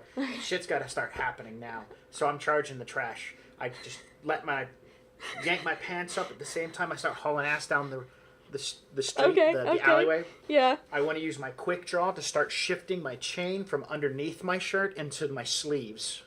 Because Okay. you know how normally I keep it inside my jacket? I figure I have to draw it out from my shirt, so now I'm pulling it out from my shirt, getting ready to... Okay, yeah, alright. And in Cordorian, I sit there and go, "Get over here, you little bitch!" Okay. So are you going to attack? Are you going to grapple, or what are you doing? I'm going to do like a sweep through with my chain through the trash. Try to rip the trash out of the way. Okay, go ahead. Oh, Jesus. That's in the crit range. Oh. No, it's not. It's still a 28 to snatch the trash out of the way. Oh, yeah, you do.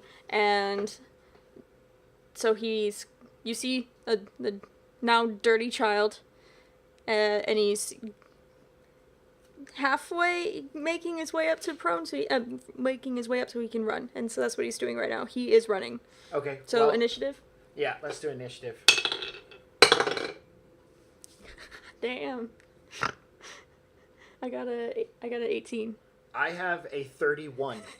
I rolled a 20. I have a plus 11. So, as he's starting to make up, the chains slide back into my sleeves with my quick draw. I'm also taking a step forward and drawing my pistol out, and pointing at his face.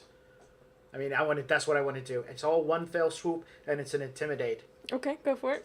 And it's going to be in Signarin. Give me a reason to kill you. Oh, that's terrible. I rolled a 9. 10 total. Okay. So he's Yeah, I not don't think so. intimidated. Like, so, yeah, he's not intimidated, and you think he's going to go back and bluff you, saying, like, but you're really still hanging out. Ah, damn. Oh, 19. Oh, shit. I want to sense motive. God damn it, I have it. I got a 9.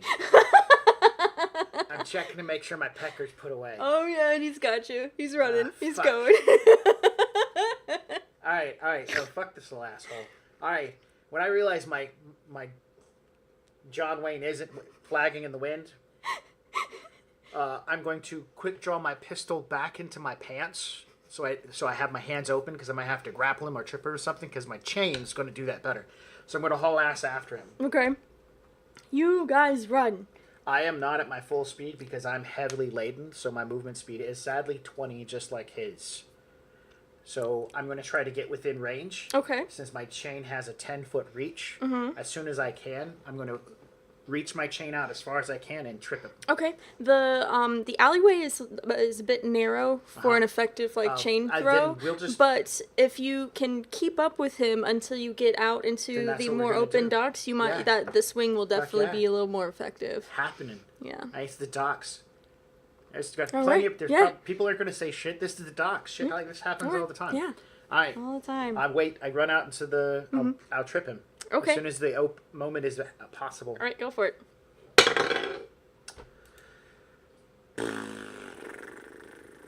19 versus him CMD. All right. Yes, that is. Alright. All right. So you have him tripped, Fuck yeah. and he screams out, a childly wail. Oh fuck, is he gonna bluff it? Oh, Try to fuck get the yeah, crowd? he's gonna bluff Oh, it. shit. 14. Oh Fuck. fuck. Yeah. All right. What is his Oh,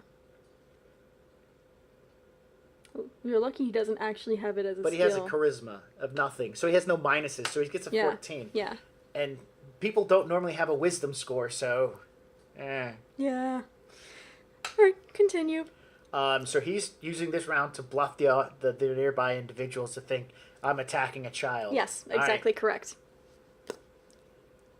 I'm with the chain wrapped around his feet. I'm going to hustle over to him and grab him by the back of the hair, from the back of the head, and be like, bah! And tap him against the concrete. Okay. What kind of roll is that? Since I've already had him tripped, he's on the ground. He's prone. So now I'm grappling him. Okay. So that's all I'm trying to do is put him into a hold. So it's my CMB versus his CMD again. 24. Yep. So now I've got him held, and next round I'll tap his head against the ground to do unarmed damage. Okay. That's, or I could pick him up and run off with him. But right now I just want him to shut up. Okay. Let him know I'm in charge. Okay. So what's he doing? He is continuing to. So let's see. Does he have anything?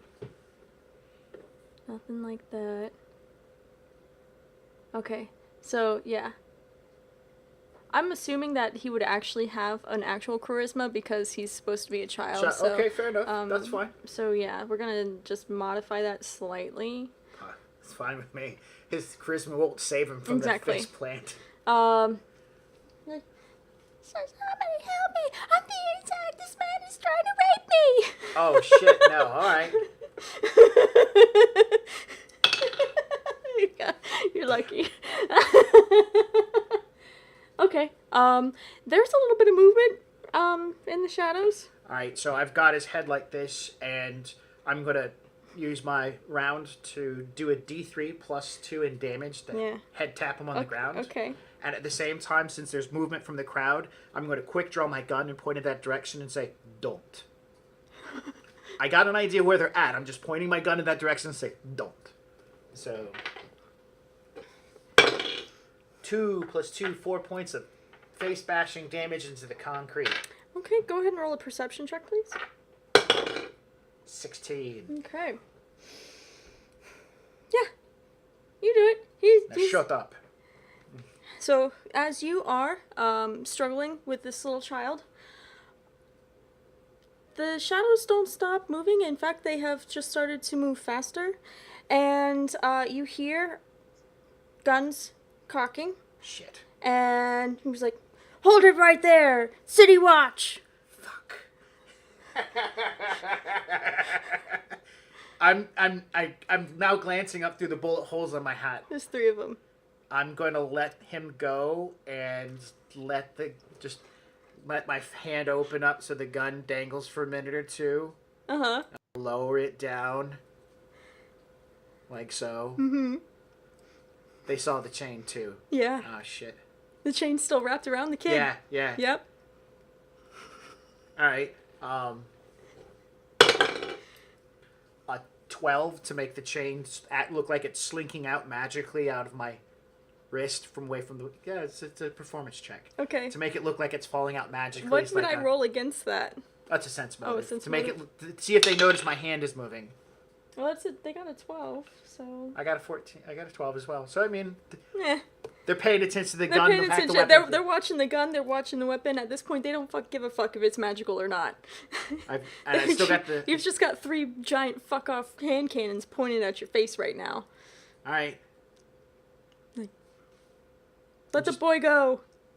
I slam his head in the ground and walk away. Another D3. 2 more. 4 points of damage. 8. Bam! I walk back with my hands up. Like, get down on the ground.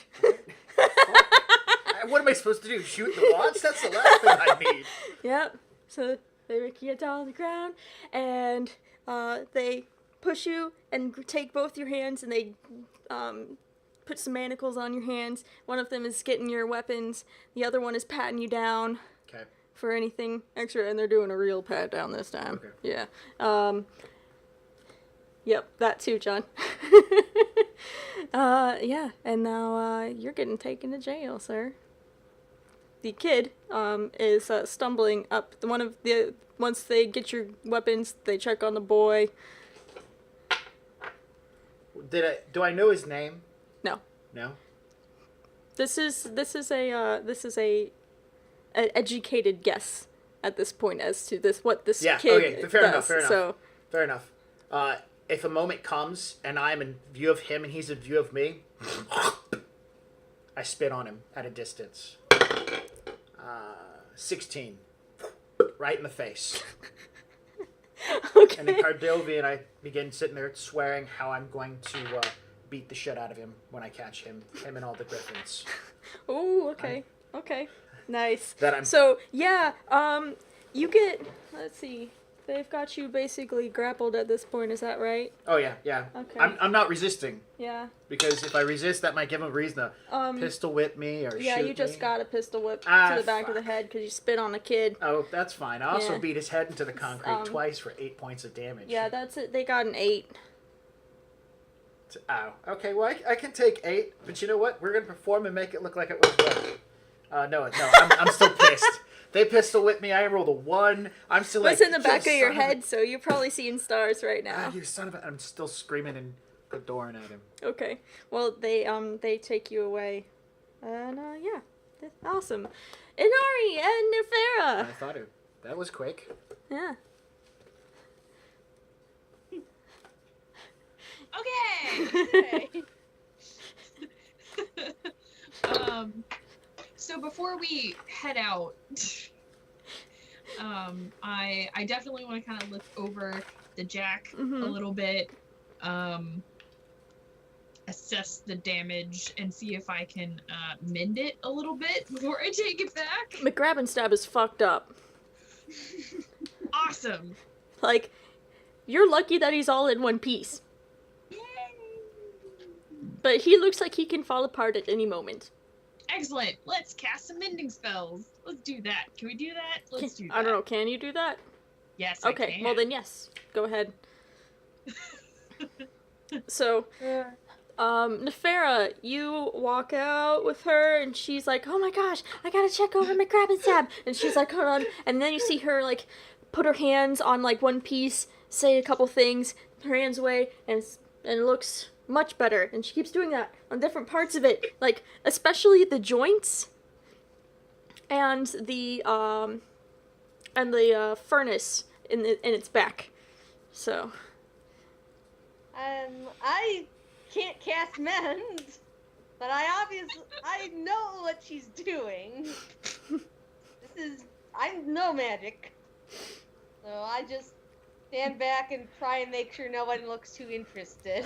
There you go. This is complete confirmation. Not around Emmett, the Inari cast magic.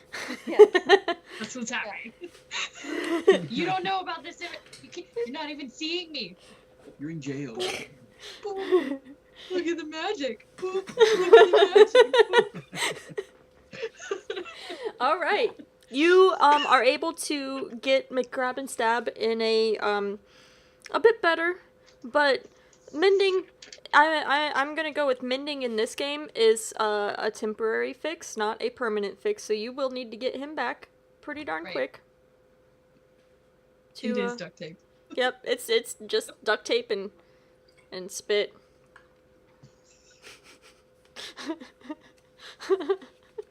Okay. So I'm sure there's a bunch of debris and stuff, so I'll kick that up into his little furnace. Yep. Put some water in there, get it kicking, and then onward. All right, you make it. So, here's a scene for you. You begin to head off of the church grounds over the bridge. You see a group of men. You already know about the martial law. People have said about it, a couple times. Do you have any weapons visible? No. Do you have any weapons at all? Yes. What do you have? I have a short sword and a sickle. And where are they at right now? The sickle would be in my backpack because I don't carry that, that's not, I would have a short sword though. Okay. I guess that would be kind of visible. Yes. I don't think you're big enough to hide one. I'm a human sized person. Ish. Sort of. I mean, I'm small. Yeah. It's a rather large short sword for me. So, you look up. They, are mostly paying attention to your jack for a moment. Then they stop you, and they're like, and they go through the spiel. Martial law has been declared. You need to surrender all of your weapons, and you will be able to have them returned to you, once the city is back in order. Okay. I am riding on top of the jack, like I was before, because it's awesome. So I'll kind of unsheathe. No, I'll just take the whole sheath off and I'll reach up and monkey hang over the side of it. I'll sort of half climb up to meet her and Okay. bring it down. All right. So they pass it off. They get your name, your information, and then they tear off a piece of paper and hand it to Nefera. Excellent. That's your receipt. Yeah. They call up, that's your receipt. Yeah. Um, Go ahead. Sarah And... Yes. puts it in one of her pockets. I'm sure she has dozens of them Excellent. to do all the clothes. Sarah, go ahead and do a jack handling roll. Yeah.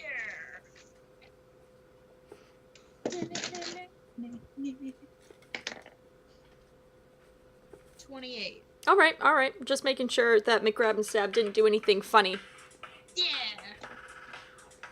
Like, McStab someone on accident.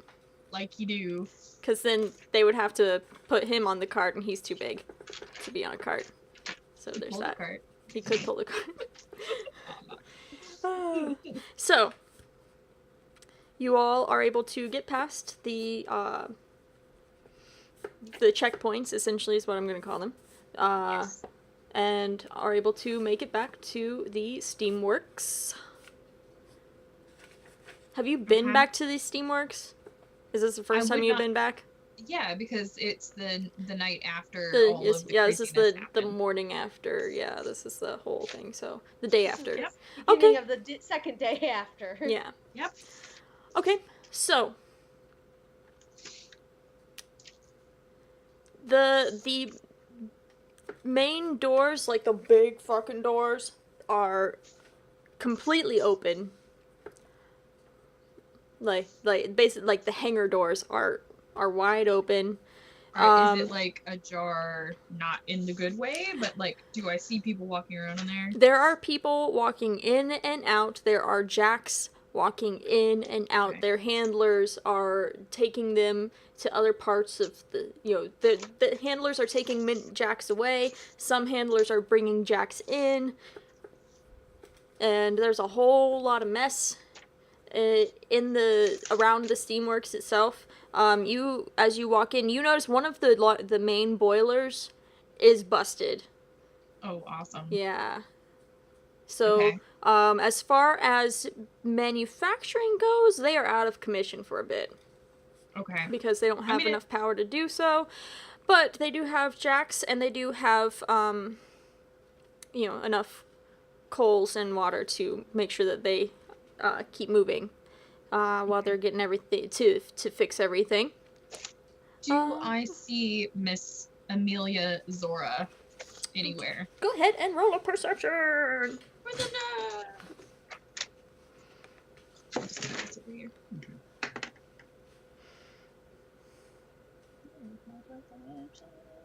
There it is. 20.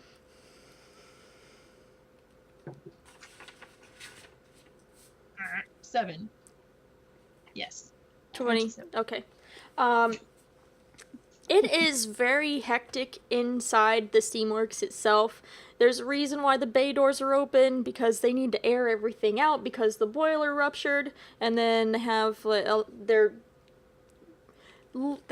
are jacks that are like pushing giant fuck off brooms, pushing all of the water and debris from the boiler out to get it out of the shop so they can start cleaning up in the shop.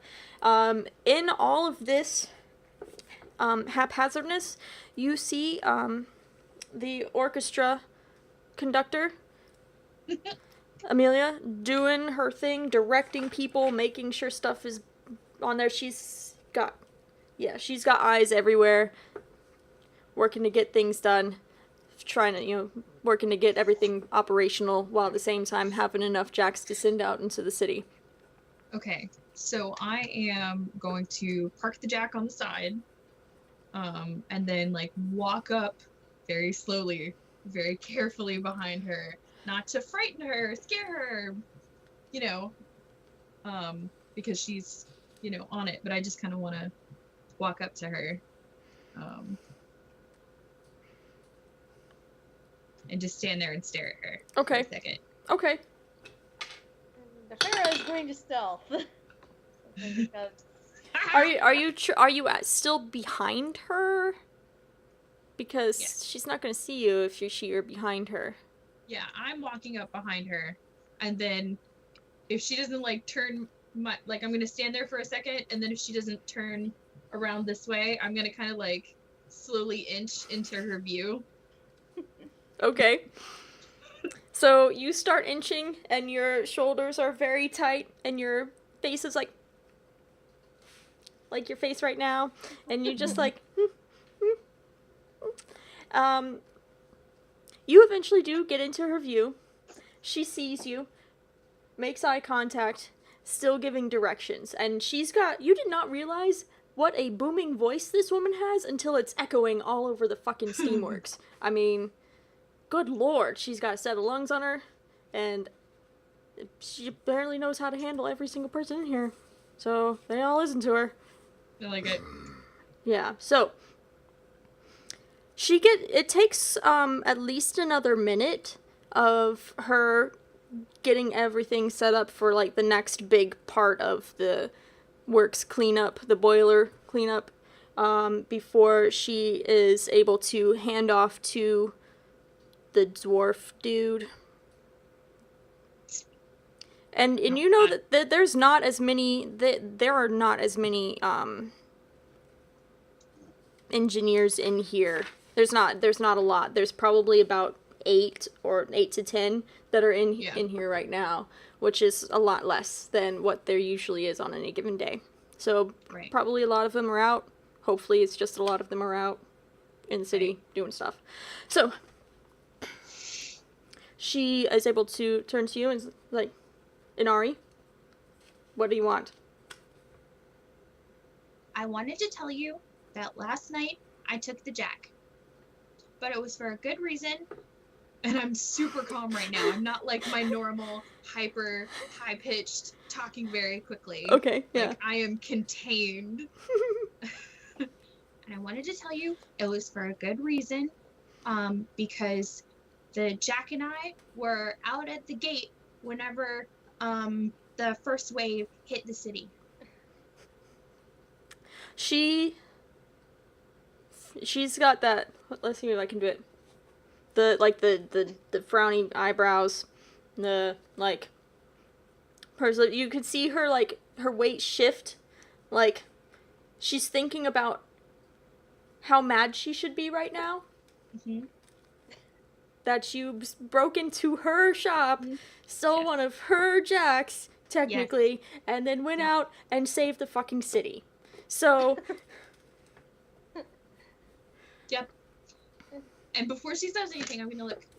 I understand that it was very wrong of me to come in here and steal the jack, and I do apologize for that, and I will make it up to you somehow, but again, it was for a good reason.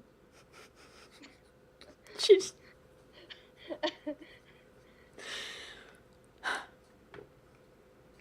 So, yeah, that's actually gonna be her reaction. It's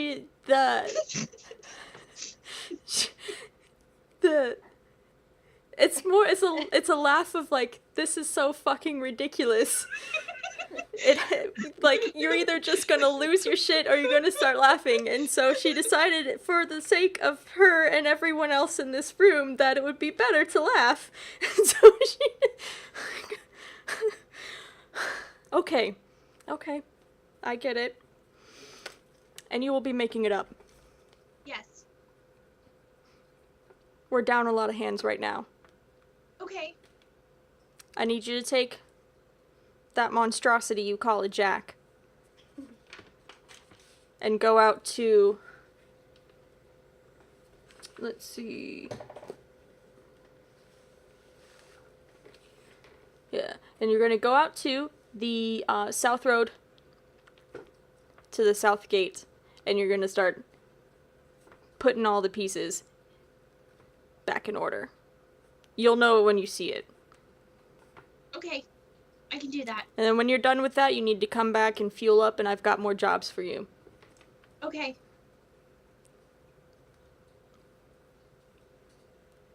Get going. You're burning daylight.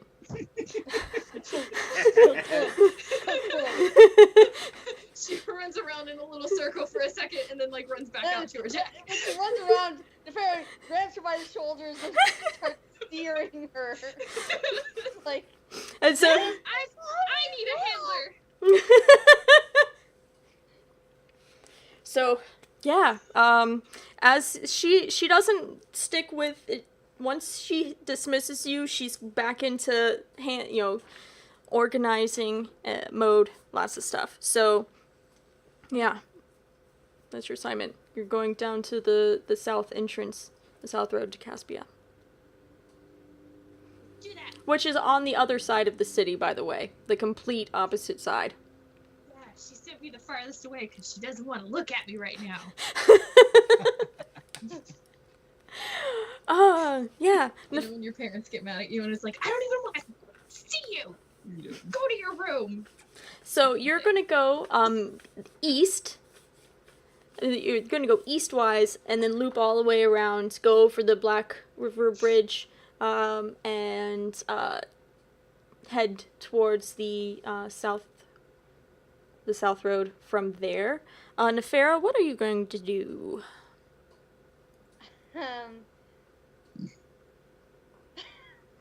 I I'm with Emma that she needs a leash, so I'm going to accompany her.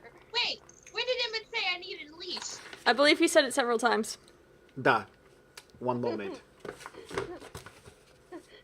I'm not going to actually say that. But Game session number 1. Game session number 3. Game session number 7. Game session number 8. Game session number 9. I can keep going. Do you want me to? No, that's fine. plus, if she runs into trouble, she's not going to actually attack anyone, but she can certainly try to pull off a bluff with a flare spell. I'll attack them. Well, you two are actually quite fortunate that people stay out of your way because you have a seriously wonky jack. So, also definitely lucky for you, Robin, because there's people out, and when they see you, because you can still kind of see your face, they're like, oh, a witch, but then before they do anything, like there's a big fuck off jack there, and you're right next to it, and they don't want to go near it, or you, because they don't have enough people, because they don't have enough people to take out you and the jack, so... Yeah. So they decide to go find something elsewhere to Yes. do. Bitches. Yeah, some other witch to burn, so... Ooh. Alright, you get to the south gate, and I believe that it was the north gate that you guys were at, right? When you were doing your stand. I believe it was the one Yes. to Marin. The south gate, yeah, it is, broken. Like, the stonework just is, yeah. It's gonna take a bit to fix it, but first you gotta, like, take all the pieces away. It's not the full bridge, it's just the middle arch of the bridge has collapsed. And, so they're going to need to basically repair it, but they need to get all the stonework moved and assess all of the damage to figure out how they're going to put everything back up, or how they're going to replace it. I got a 31 on my engineering roll. Okay. What are you looking for? The fastest way to get all these pieces back together, Okay. like puzzle work. The pieces, you will come to the realization where you can lay out where all the pieces are supposed to go on the ground with McGrab and Stab. However, you are not you don't know enough about masonry to be able to do it yourself. So you are able to identify where the pieces are supposed to go, and that definitely helps the masons out a lot with what they're going to need to do to replace it, to repair the archway. Okay, that's what I want to do, and like because I would know that they would need like scaffolding, maybe like some sturdy beams and things like that. So I would go gather those from wherever I could Okay. to put those next to where they would build it. Okay. Just so I get everything staged for them. Yeah. And the master mason, I guess you would say, the one in charge is instructing you on what to do with McGrab and Stab as far as getting scaffolding up and basically giving you instructions on what you need to do with your jack. Okay. And that seems to be a common theme with a lot of things, like the people tell the handlers and the handlers do the jacks, and that's how that is going to work for the next several days. And Nefera, you are there hanging out. I'm there doing the lighter work. Okay. Any lighter work that needs to do, I'm gonna try and help. I will explain to them that she's here to help and not to be afraid. Fear not! Whoa, I think that scared people. She's with me. Yeah. Exactly. She's with me. She's okay. She's very strong. Okay. Well, they will put you to work as well, Nefera. If you're strong, then you can help do whatever they tell you to, essentially. You're going to be an apprentice mason for the day. Yep. Moving stones is hard work. Lots of hard work. Let's see. What else? Probably find something to use as a lever and Mm-hmm. do that. All right. Let's see. All right, Agon. You have been led down with Professor Pindrake, not to the normal library, but to he calls it the Hall of Records. It's not a hall, it's a basement. A dry basement. But a basement nonetheless. He has some magical lighting that he can put on, so you won't be in the dark completely. And you see essentially what this world's version of filing cabinets would be. And he says, all of the records, financial records, who lived here, when they lived here, who rented here, when they rented here, who, everything that we have access to, going back for about 300 years or so, I would say, is at your disposal. I can't even begin to tell you where to look. However, I do know that was not there. Okay, so the last 75 years, like, to present, I don't think you need to look through those, because that part of the section of the place was already, quartered off. I don't know what the word is. But yeah. They already blocked off, so nobody was going back there at that point, so there wouldn't be any records of people living there or renting from there or anything like that. Okay. This is a really interesting place. It has the feel of the cellars that your parents have back on the farm. But instead of, root vegetables and other things, there's big wooden dressers, I guess is the best way to put it. Like, they're tall, and they have, drawers in them, and you pull out a drawer. He pulls out a drawer, and you see these papers, and they're being separated by, like, thicker papers, like, and he thumbs through it, and he tells you that the thicker papers are the year and the month, or like this whole thing is a year.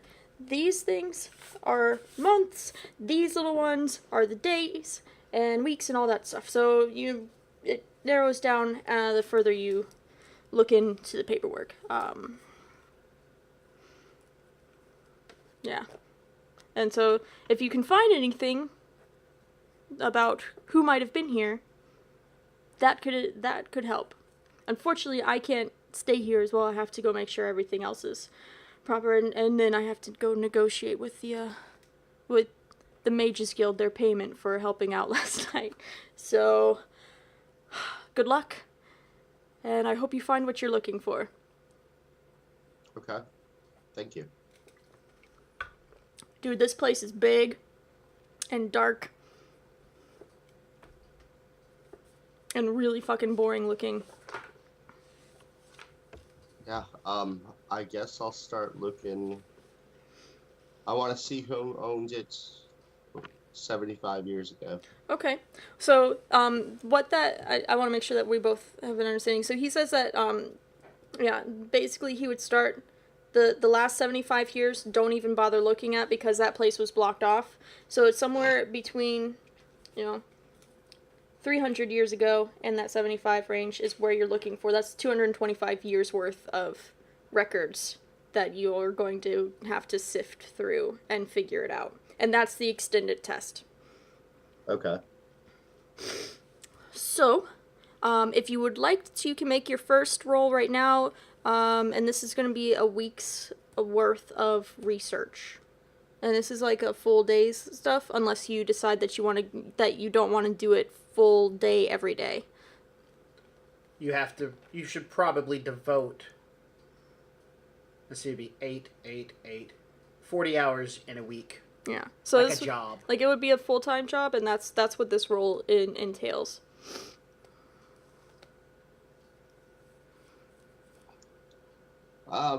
What if I sleep down here? Yeah, Because that's kind of what my character would do. Okay. My character would get so into this that he would become obsessed with finding it. Yeah, and that's okay too. The one thing I will say is that if you're going to try to overextend yourself and stay up, what's your Constitution score again? I think it's +2. Yeah, I mean, you could probably stay up for a couple days, but Well, then I you're would gonna have sleep. negatives and stuff. So that I would definitely sleep. Okay. This is all I would do. Okay. You know, I would and I would eat each day, but I would go grab my food and then bring it down here and eat while I'm researching and stuff. Okay, excellent. So he's basically trying to pull off about 12 plus hours every day. Kind of trying to cram it in as quickly as possible. Yeah. All right, so I'll factor that in with your rolls. So, would you like to start now? Sure. Okay. Go ahead and make your roll. Either use your knowledge nature or your spellcraft, whichever is higher. Nature. Okay.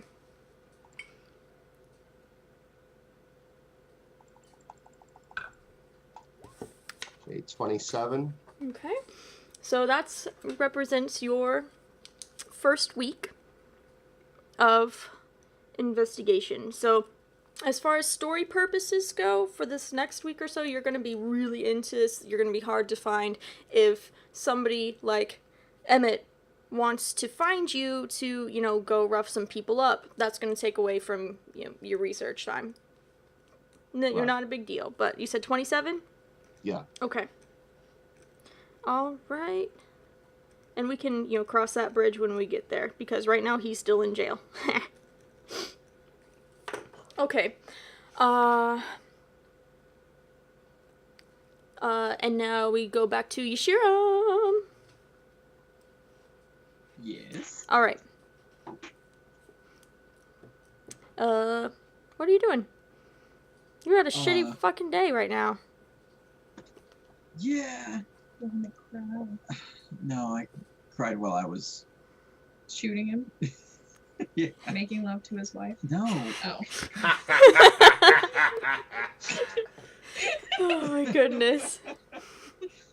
I mean, yes, I would have been crying if I was doing that, but I didn't. So, Sure. um, so this is after, taking her to go see his body and all that. Yeah. And you walked her home. She asked you to go send for her brother, who is in the other side of town, basically, to check up on him and make sure that he's there, and if he can come to see her, because she's gonna need some family time, all that kind of stuff. Right. Okay. Well, yeah, I'll do that. Okay. But I kind of want to let her break the news, so I'll just say that. Yeah. I'll just send him over there. Yeah. Okay. Yeah, that sounds fair. Yeah. So this afternoon now, it's been a very trying, emotionally charged day. There have been a lot of people who are really upset about having their weapons taken away from them. So there's been a couple scuffles. Couple people you've been escorting back to Hotel Corvis. Okay. The newest establishment for people down on their luck. I'm gonna give this place a bad Yelp review. Well, if anyone if anyone that I'm escorting was somebody who was trying to start a brawl or had a weapon or something, I wouldn't have been shy about hitting them with the butt of the rifle if I needed to. Okay, not a 'Cause problem. It's been a long day, Yeah. Angry. So Yeah. you are in the process of escorting a local ruffian, who, not really ruffian, he's actually kind of an older dude, and he had Oh, Lord. and he had, and he had a pitchfork, and he Oh, God. it's because he was trying to move stuff like that with leverage, to clean things up, and then he got upset, and then you came in on the situation after had already escalated, and so unfortunately you had to take him to jail, and you also berated the people who were trying to mess with him, but he already hit a city watch, so now you gotta go to jail. That sucks for you, man. Yep. So as you're escorting him, he is very remorseful, and you say, well, I understand. So here, let's be like, I really didn't mean to do that, but I'm just trying to do my job. I can't do my job without my tools. That's what he says to you, John. Well, I mean, I understand, sir, but you have to use your tool, not as a weapon. You can't go around stabbing people in the face. Yeah, it's like pitchforks were made for a job, and unfortunately, you were doing something different with yours. So you're explaining the error of his ways to him as you walk into the most recent section of the prison being opened up for people being held. And we're not talking about this is like the holding cells, and they've actually converted some of the offices into holding cells, and so there's just people in here. There's people who are very upset that their weapons were taken away. And they're all antsy, and as you're walking by, do me a perception check. Alright. See if I recognize them from the roommates. Delinquents. 20. Okay. So, you are escorting the man into his cell for the night, or however long it's going to be. And as you close it behind, the guy's locking it, whatever, you're turning to go. You see in the cell across from you, there's a few people in there, all huddled to one side of the thing, and you see Emmett sitting down on the only bench that's got, there's room enough for no, you're not sitting down. He's laying across it. That bitch is crazy. So he's laying across it. His hat's pulled down. He's got a cigarette. You don't even know how he got a cigarette in here, but nobody else is asking for one. That's for damn sure. And yeah, so you see a very familiar visage in the jail cell.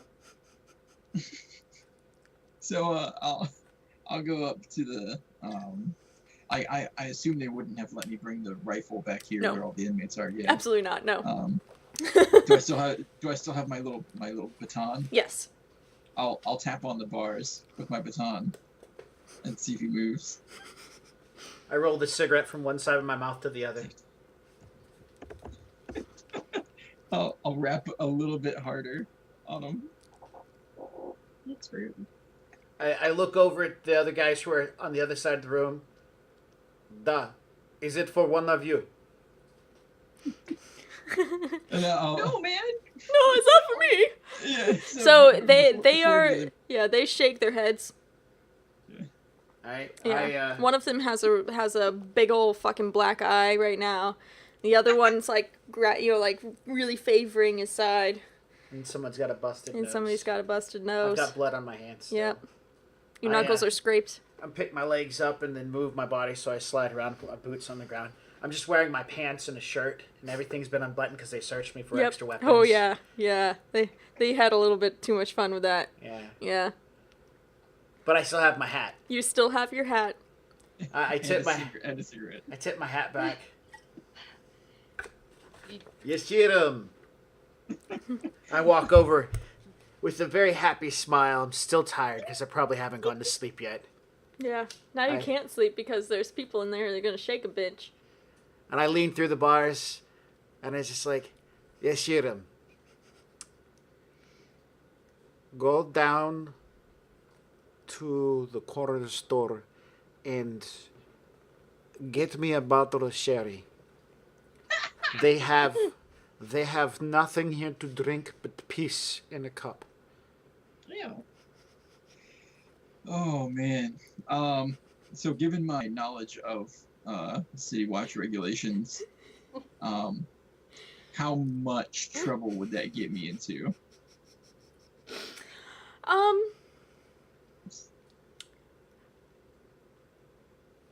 One second.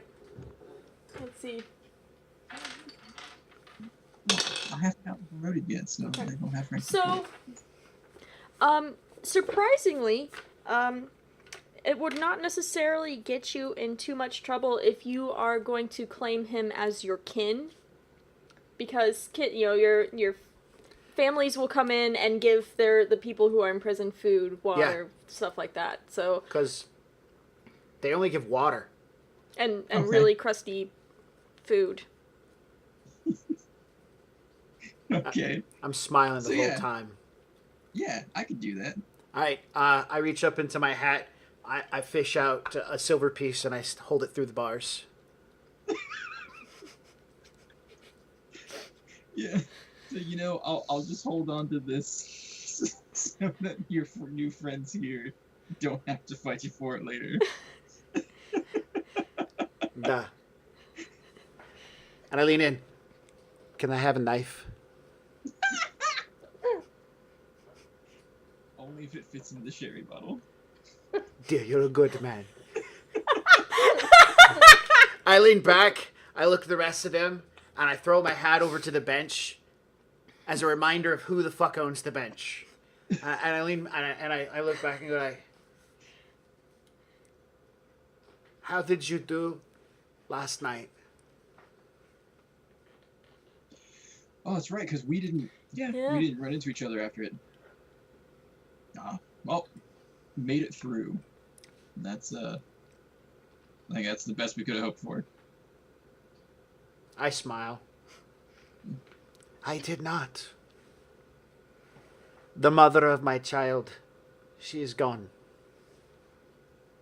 Oh, Emmett. Yeah. Town Watch found me killing a man who I think has something to do with it.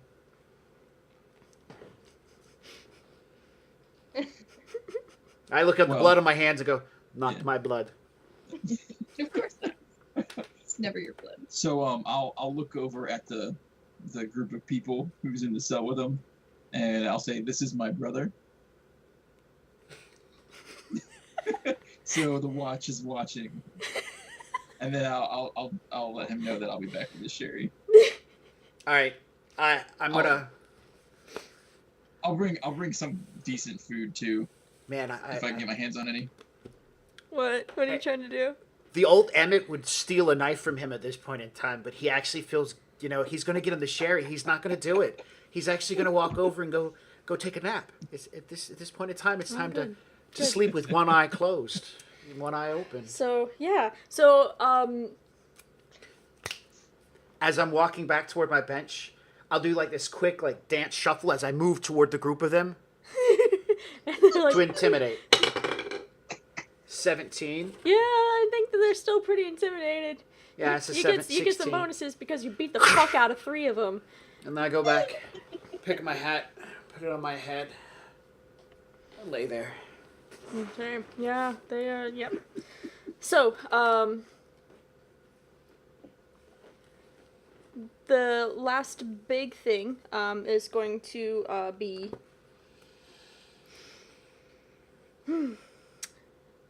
So, John, Yushiram goes out. He gets the sherry. You don't find a knife that will fit in a sherry bottle. I was gonna ask to make sure. But you did find ladder some really big sewing needles, like the knitting needles, but they're super fucking sharp. You Yeah. could break the end off of one and it'll fit inside of the bottle Okay. if you really want to go there. Yeah, absolutely. Okay. All Oh right. my god. So you It's gonna be in jail forever. are walking back into the the holding place, and as you walk up, you see there's another person inside of the cage with Emmett, and you recognize him, and you decide, you need to decide what you want to do next, John. Because, Who do I recognize it as? Captain Hellstrom. Is in the jail with me. Yeah. Okay. Like, are they fighting? Are they So, kissing? Captain We're sure as Hellstrom hell- we're sure it- as hell aren't kissing. is, oh no, he kicked you up real good. Oh, Yeah, okay. like, there was no joke. He was not gonna fuck around. Alright. He knows you. He knows you're just gonna be a dick, so he's gonna be a dick right out Okay. the gate.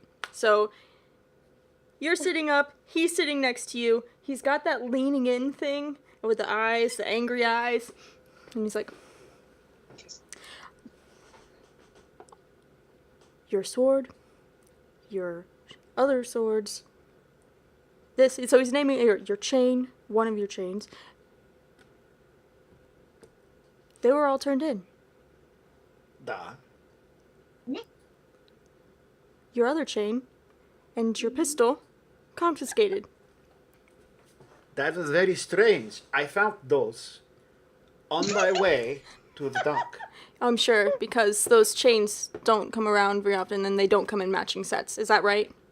There is a man who makes these. He Just- passes through town once in a while. Where's my fucking rifle? In the confusion last night, there was fight with zombies and monsters at church. Ask Father Turbas. He was there. Rifle was taken from my hands. I tried and I screamed, "No, it's not mine!"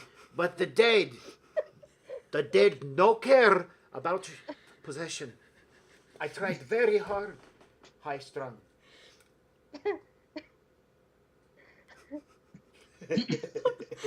He's not laughing. I He's know, not, neither he am is I. not fucking Neither am laughing. I. I'm gonna bluff. 13. It's Ooh. So Go ahead. I know you, Emmett, and I know that's a crock of horse shit. You have my rifle, and I'm gonna get it back, one way or another. You'll never know. It could be anywhere at this point. You know where it is. Maybe I do, but maybe I don't. And you say you know me. You say that you know all my vices. I have many vices, but predictability is not one of them. You won't. I won't find it. You won't find it. It's gone. Like memory of woman I love. It's gone. So go away. I have nothing for you. So, yeah, so, let's see, what is he gonna say? Yeah, so he's like, I'm gonna have eyes on you. If they're not mine, they're gonna be somebody else's. I'm gonna be watching you. And when you go for that rifle, I'm gonna come for you. And then he stands up and, walks out, yeah. And slams the gate shut, walks past you, and then he sees you, and he just, like, nods to you and just keeps on fucking walking. I nod back, like I hadn't heard anything.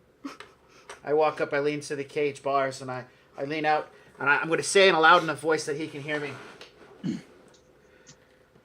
It's a good idea to be watching me. Watch me very carefully. For as I go, many things will change. You will get to see it all. And I'll do what you failed to do. And then at this point, I'll break it off and hold up the sherry bottle and. He's like, please, Emmett, please stop talking. You're making it worse.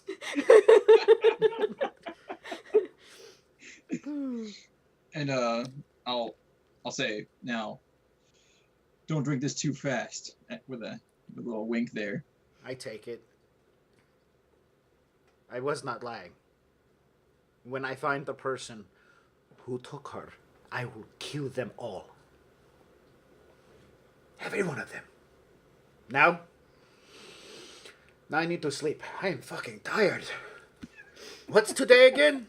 And I'm gonna take the sherry bottle. I'm walking back over to sit down and pass out. Yeah. Yeah. Well, Bam. yes. All right. So we wind up tonight's game with Nefera being tagging along to make sure that she does not get ambushed and burned at the stake, because I was planning on that happening. Not the burning at the stake part, but maybe. Dodged that bullet. Yeah, you sure did. I had a whole bunch of cool stuff planned. We have stats for mob people. Yeah. Like mass mobs. Yeah. Oh man. Yeah, it would have been great. That's okay. You were smart, so that's good. Nefera's smart. Where's Sarah? She just went to the kitchen. Well, she needs to get back here. I have a question for her. Okay. Anyways, so now we're gonna be moving forward. This is because Jay's gonna be doing stuff for a week. We're gonna have essentially a little bit of downtime before we pick up. It's gonna be about a week later for the next game session. So everything's starting to settle down. Martial law has been lifted. The people who were jailed, they're gonna be out. What about me? Yeah. Am I getting out? Yeah, you are, because yeah. But you also did get I don't know. I would say that somebody threw a sock party, but it would have been the watch doing that, and they don't do that. I really hope they would throw a sock party, because I have a +11 to initiative. They get one shot at I know, this. exactly. And after that, there's going to be a pile of sleeping people on one side of the room, and I'm going to be on the other. Yeah. With like a new pair of shoes and shit Yeah. like that. So, Fuck. we're talking about sock parties. Oh, shit. Okay.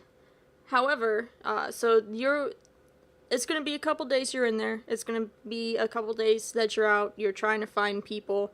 And so we're going to pick up from that list that you're running into a shit ton of dead ends at this point. Let's see. Inari, I need to know what your plans are for this coming week. What are you going to be doing?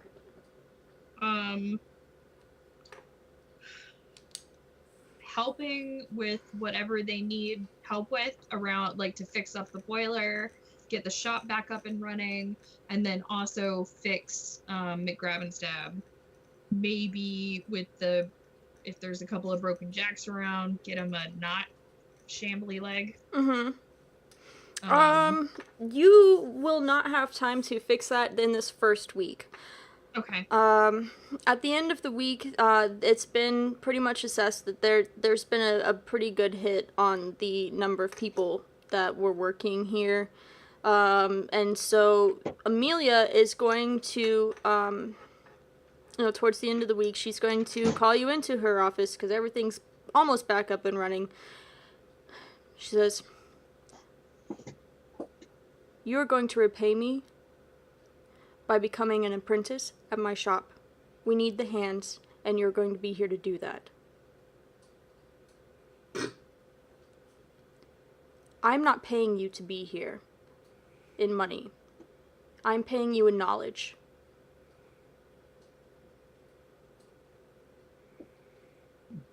Okay.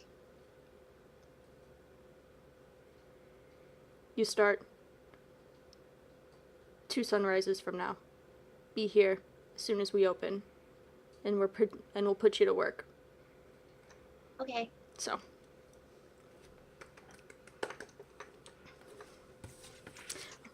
You got conscripted into the job you want. Yep, exactly. I did, and now I have to break it to my puppy. Yeah. My papa. I have to tell him. You gonna tell about the zombies too? I'm.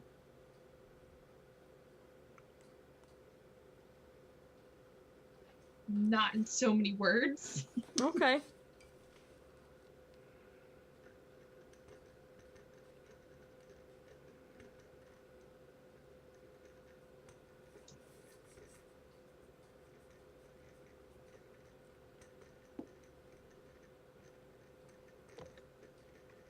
All right. Just making some quick notes here. Yep. Okay, so, last little bits. Nefera, you eventually make it back to the university, where Professor Pindrake waylays you and asks you about a book that may help Agon figure out what in the world that stone medallion is. I mean, she's going to literally freeze. And he's not he's not being accusatory. He's actually he's very energetic for somebody who Yes. just went through a shit ton of shit. But it's like this is stuff that had to do with her father and bad things and really good things, and so she's just going to freeze and then not say anything, just lift one finger and walk off and bring it back, holding it like she does Knox. Yeah. When- He's like, "Do you mind if I look at it?" Again, she's going to freeze and very carefully put it down. Okay. So your fears about whatever is going on with the book, I mean, it's pretty obvious that he can tell that you're quite nervous about it, and he's not going to mishandle the book or anything. Because Yeah. he's an academician, he would not do that. So, but he looks through it. Go ahead and make a, let's see. It's not a perception, it's more of a memory test. What would that be, baby? Intelligence. Intelligence. 23. Okay. So he's turning some of the pages, looking to see if there's anything similar to what, that could basically relate this book to the medallion in any way. As he's turning pages, some of these symbols, you've seen them somewhere before, or something similar to them.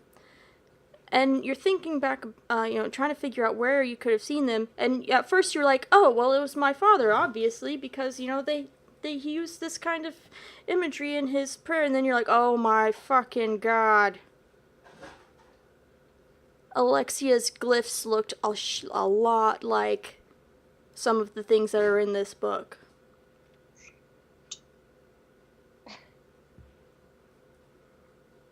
Not the same, but very similar in nature. She's not going to say a word.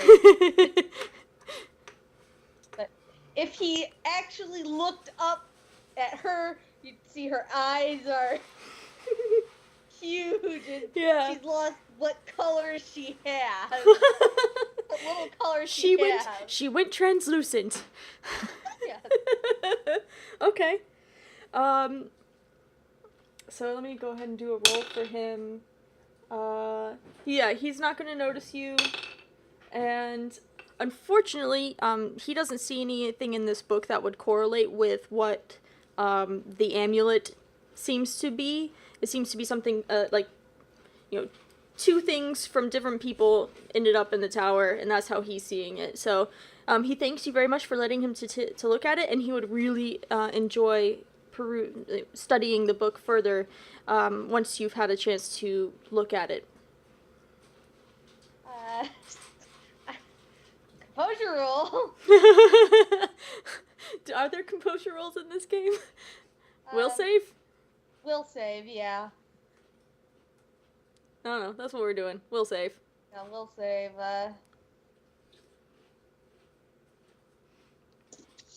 15. So Yeah, you're good. You're good. I managed to say something coherent.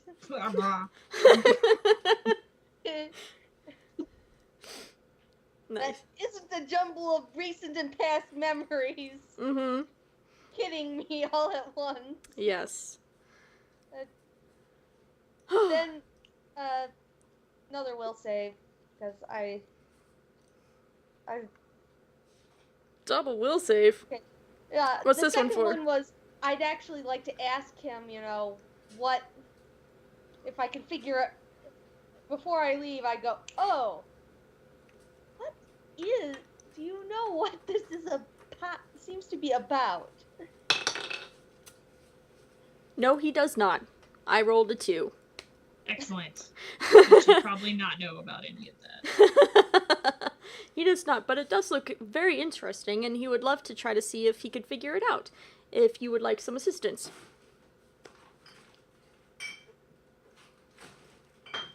Yes, I believe I would. Very well. So, you said, well, whenever you are available, I will make myself available. In the meantime, I have to go pay some more of my debts. So, he's leaving. Alright, go ahead. Cradle the book to her and go back to her quarters. Excellent. Alright, that was everything that I wanted to get through.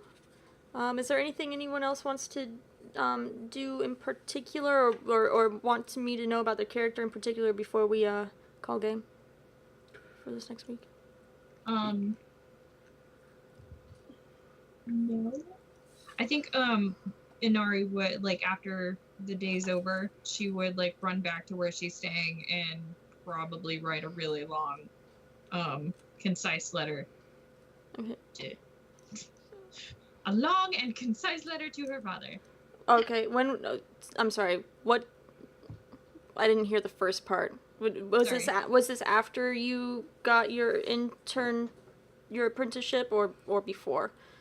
After. Okay, just making Like, sure. Yeah. And what do you tell him about the attack on Corvis? That.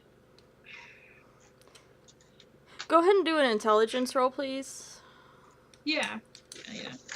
I mean, she would probably tell him just so he doesn't hear rumors. Yeah, exactly. That's what I was just making sure, Yeah. because if you didn't think of it, your character should be smart enough to think of it. Yeah. Okay. No. She would definitely, like, you'll probably hear things about what happened in the city of Corvis. Everything's going- fine now. Everything's fine now. I need to reassure you that I am fine. That kind of thing.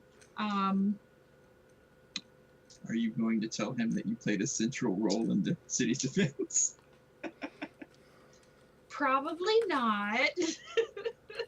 I will tell him there was an incident in the city of Corvis that did involve the undead. I was unharmed. I did help out at the temple. And with the aftermath. And with the aftermath. And then I was offered an apprenticeship because of, like, since I used one of the jacks, I was given an apprenticeship at the works here. Okay. And I hope that he can be proud of me. Excellent. Okay. All right. Well, anything else from anybody?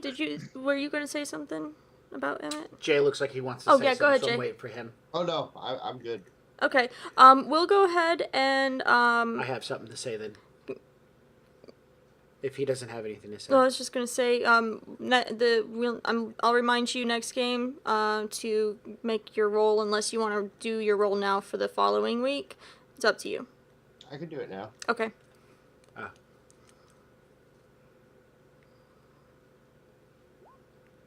22. Okay, thank you. So that's this is gonna be week 2, and we will catch up with that next game session. Okay. What are we gonna do?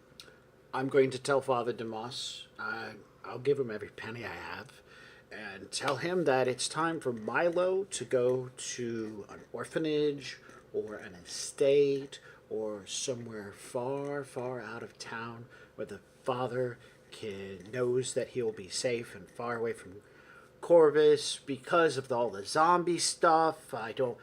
Here's money, send him off, just get him away from town, far away, and no one needs to know where he's going but me and him. It needs to be as secret as possible. Okay. I'm pretty sure clerics have wisdom as their thing, right? Mm-hmm. Yeah. He's sense motivating the shit out of you right now. Yeah, he's gonna ask me. I'm going to tell him. Yeah.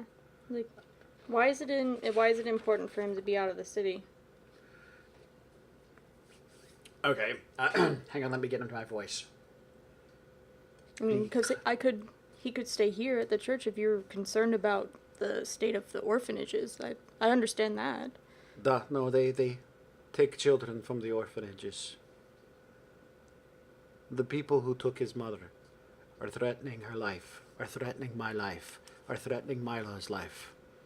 They run organized crime of ferreting children around. Okay. And they have taken her for what I did to them.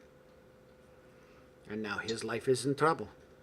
And if you're a good man of cloth, you will get this boy somewhere safe because they will come for him, like they did on the night before when everything happened. I trust you, Father. The boy must get out of the city and no one must know about it, and he must be safe. Because if he falls into their hands, I have nothing left. So, Father Dumas is, very solemn and stern. He nods and like, I understand. If you don't want him, we can keep him safe here, under my watch. Or I can I can arrange a transport, but he would be on his own then. Do you think that that's any safer for a boy of his age? No. Do I trust these walls? After hordes of monsters poured through them? Do you trust me? I trust you, but you did little to stop them. I saw your actions. She still came for the weapon. She did. I trust you, but I'm still afraid.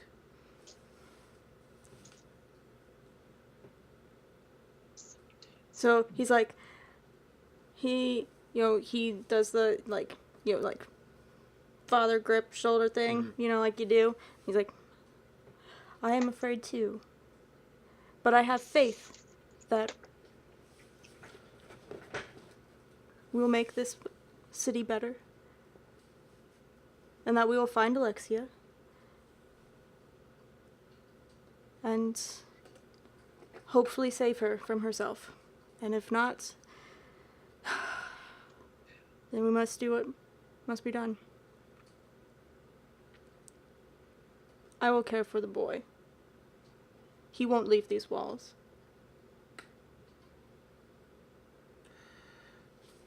Please, Father, do not let me down. He is the last thing that holds me to this world. Yeah, so... Fuck yeah. Or like, if he dies, I'll kill you. Yeah, that's implied. And Yeah. Father Dumas knows that. But he's also very confident, so there's that. Yeah, I'm very confident too, but that doesn't save my ass very much. I mean... Well, that's because, you pull guns on children, that's why. What? He had a knife. I know he had a knife. I hope I knocked a tooth out. Oh, you probably did. I don't know if he's going to be able to set his nose either, so there's that.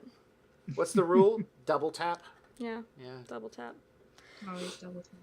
And then you spit on him, he's probably going to get gangrene now on his face. Ouch. Ugh. Human mouths are disgusting. Yeah, okay. So, yep. I think we've got everything settled and cleared up. We will start again next game session. Yes, moving on. Alright. Yeah, I'm excited. So, this is it. I'm gonna stop the recording and call it a night. Yay! Yay!